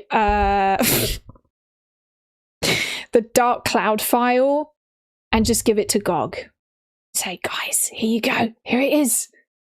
That's what I'm going to do. Don't tell Sony. What is GOG? So GOG is a digital platform. Wait a minute. So, sorry, I keep getting distracted. GOG is a digital DRM platform where you can buy games on PC. It stands for Good Old Games. So you could call it GOG or GOG, whatever. But yeah, basically it's a DRM free way you can buy games on PC, which means that when you buy the game digitally and you download it, you actually do own that copy of the game and GOG can't like revoke your access to it or anything. Thanks for the super chat, Master Morphix 4751. The other cat was Doraemon. The other cat. I do know what Doraemon is, but I'm not sure what you're referring to. Like, as in the other cats, do you mean that's Totoro and then there's Doraemon as well?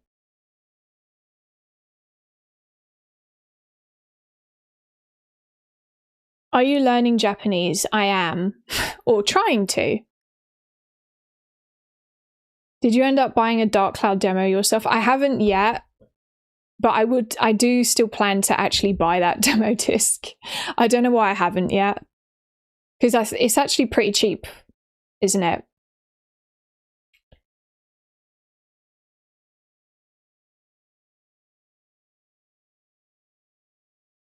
So today I learned that Dark Cloud is not part of the Zelda universe. I feel bamboozled.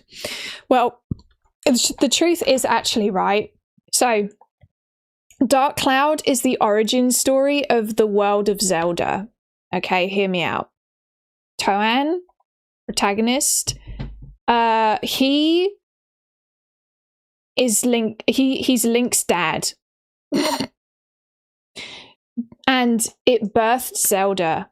You may be wondering, how is that possible when Zelda as a franchise is older than Dark Cloud? But you see, the thing is, Dark Cloud released on PS2, and then someone played Dark Cloud and was like, oh my god, this is so good. And then they went back in time and they pitched an idea to Nintendo. And they pitched an idea to Nintendo and they were like, hear me out. A little guy with a cap. And like, he's based off of Toan, guys. I'm telling you, it's true. He went back in time and created Zelda. And that's why people think that Zelda came before Dark Cloud. But in reality, Zelda is a ripoff of Dark Cloud. And this is true.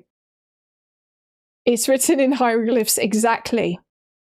It's written in the ancient texts. If you go back to Nintendo, they actually have this on file. They have an entire file about the origins of Zelda and how the game franchise came to be and how they came up with the idea. And Dark Cloud is in the files.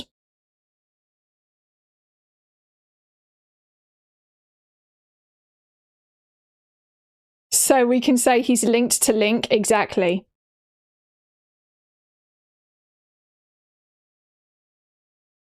This is true.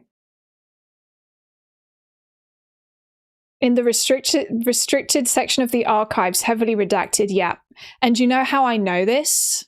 Because I went to Nintendo and I raided them.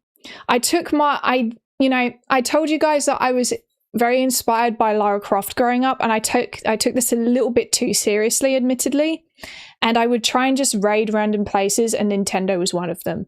And I went there and I discovered the Zelda files, and that's how I know. That's how I know that the creator of Zelda, played Dark Cloud on PS2 and went back in time to create Zelda. Yeah. This is the kind of stuff she dreams about. It's a crazy place up in my head. It is.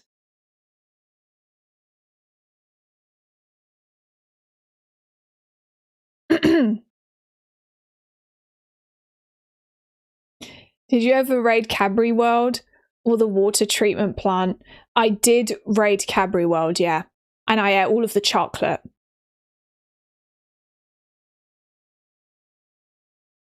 All jokes aside, guys, I did ask, thought that boy was Link. Why do I learn this now? You learn something new every day. Yeah. This is Toan. He's Link's father. Not literally, like in spirit, right?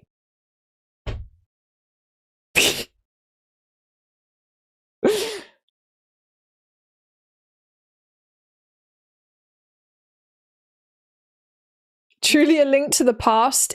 Exactly. You see, Fish gets it. Fish gets it. Okay. I think I'm going to have to end the stream now, guys. I mean, I don't have to, but, you know, I am going to. And tomorrow is going to be a lovely chill stream because we're going to be playing Stardew Valley for those that want to watch a Stardew Valley stream.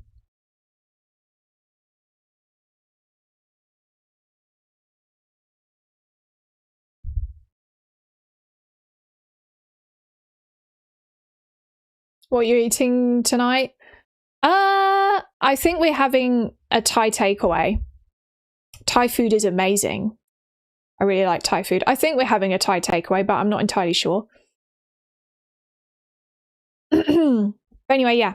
Tomorrow, Stardew Valley. And I will play more Elden Ring next week. Don't worry. But yeah, tomorrow, Stardew. Thanks everyone for joining, and I'll see you tomorrow for those that join. Thanks everyone.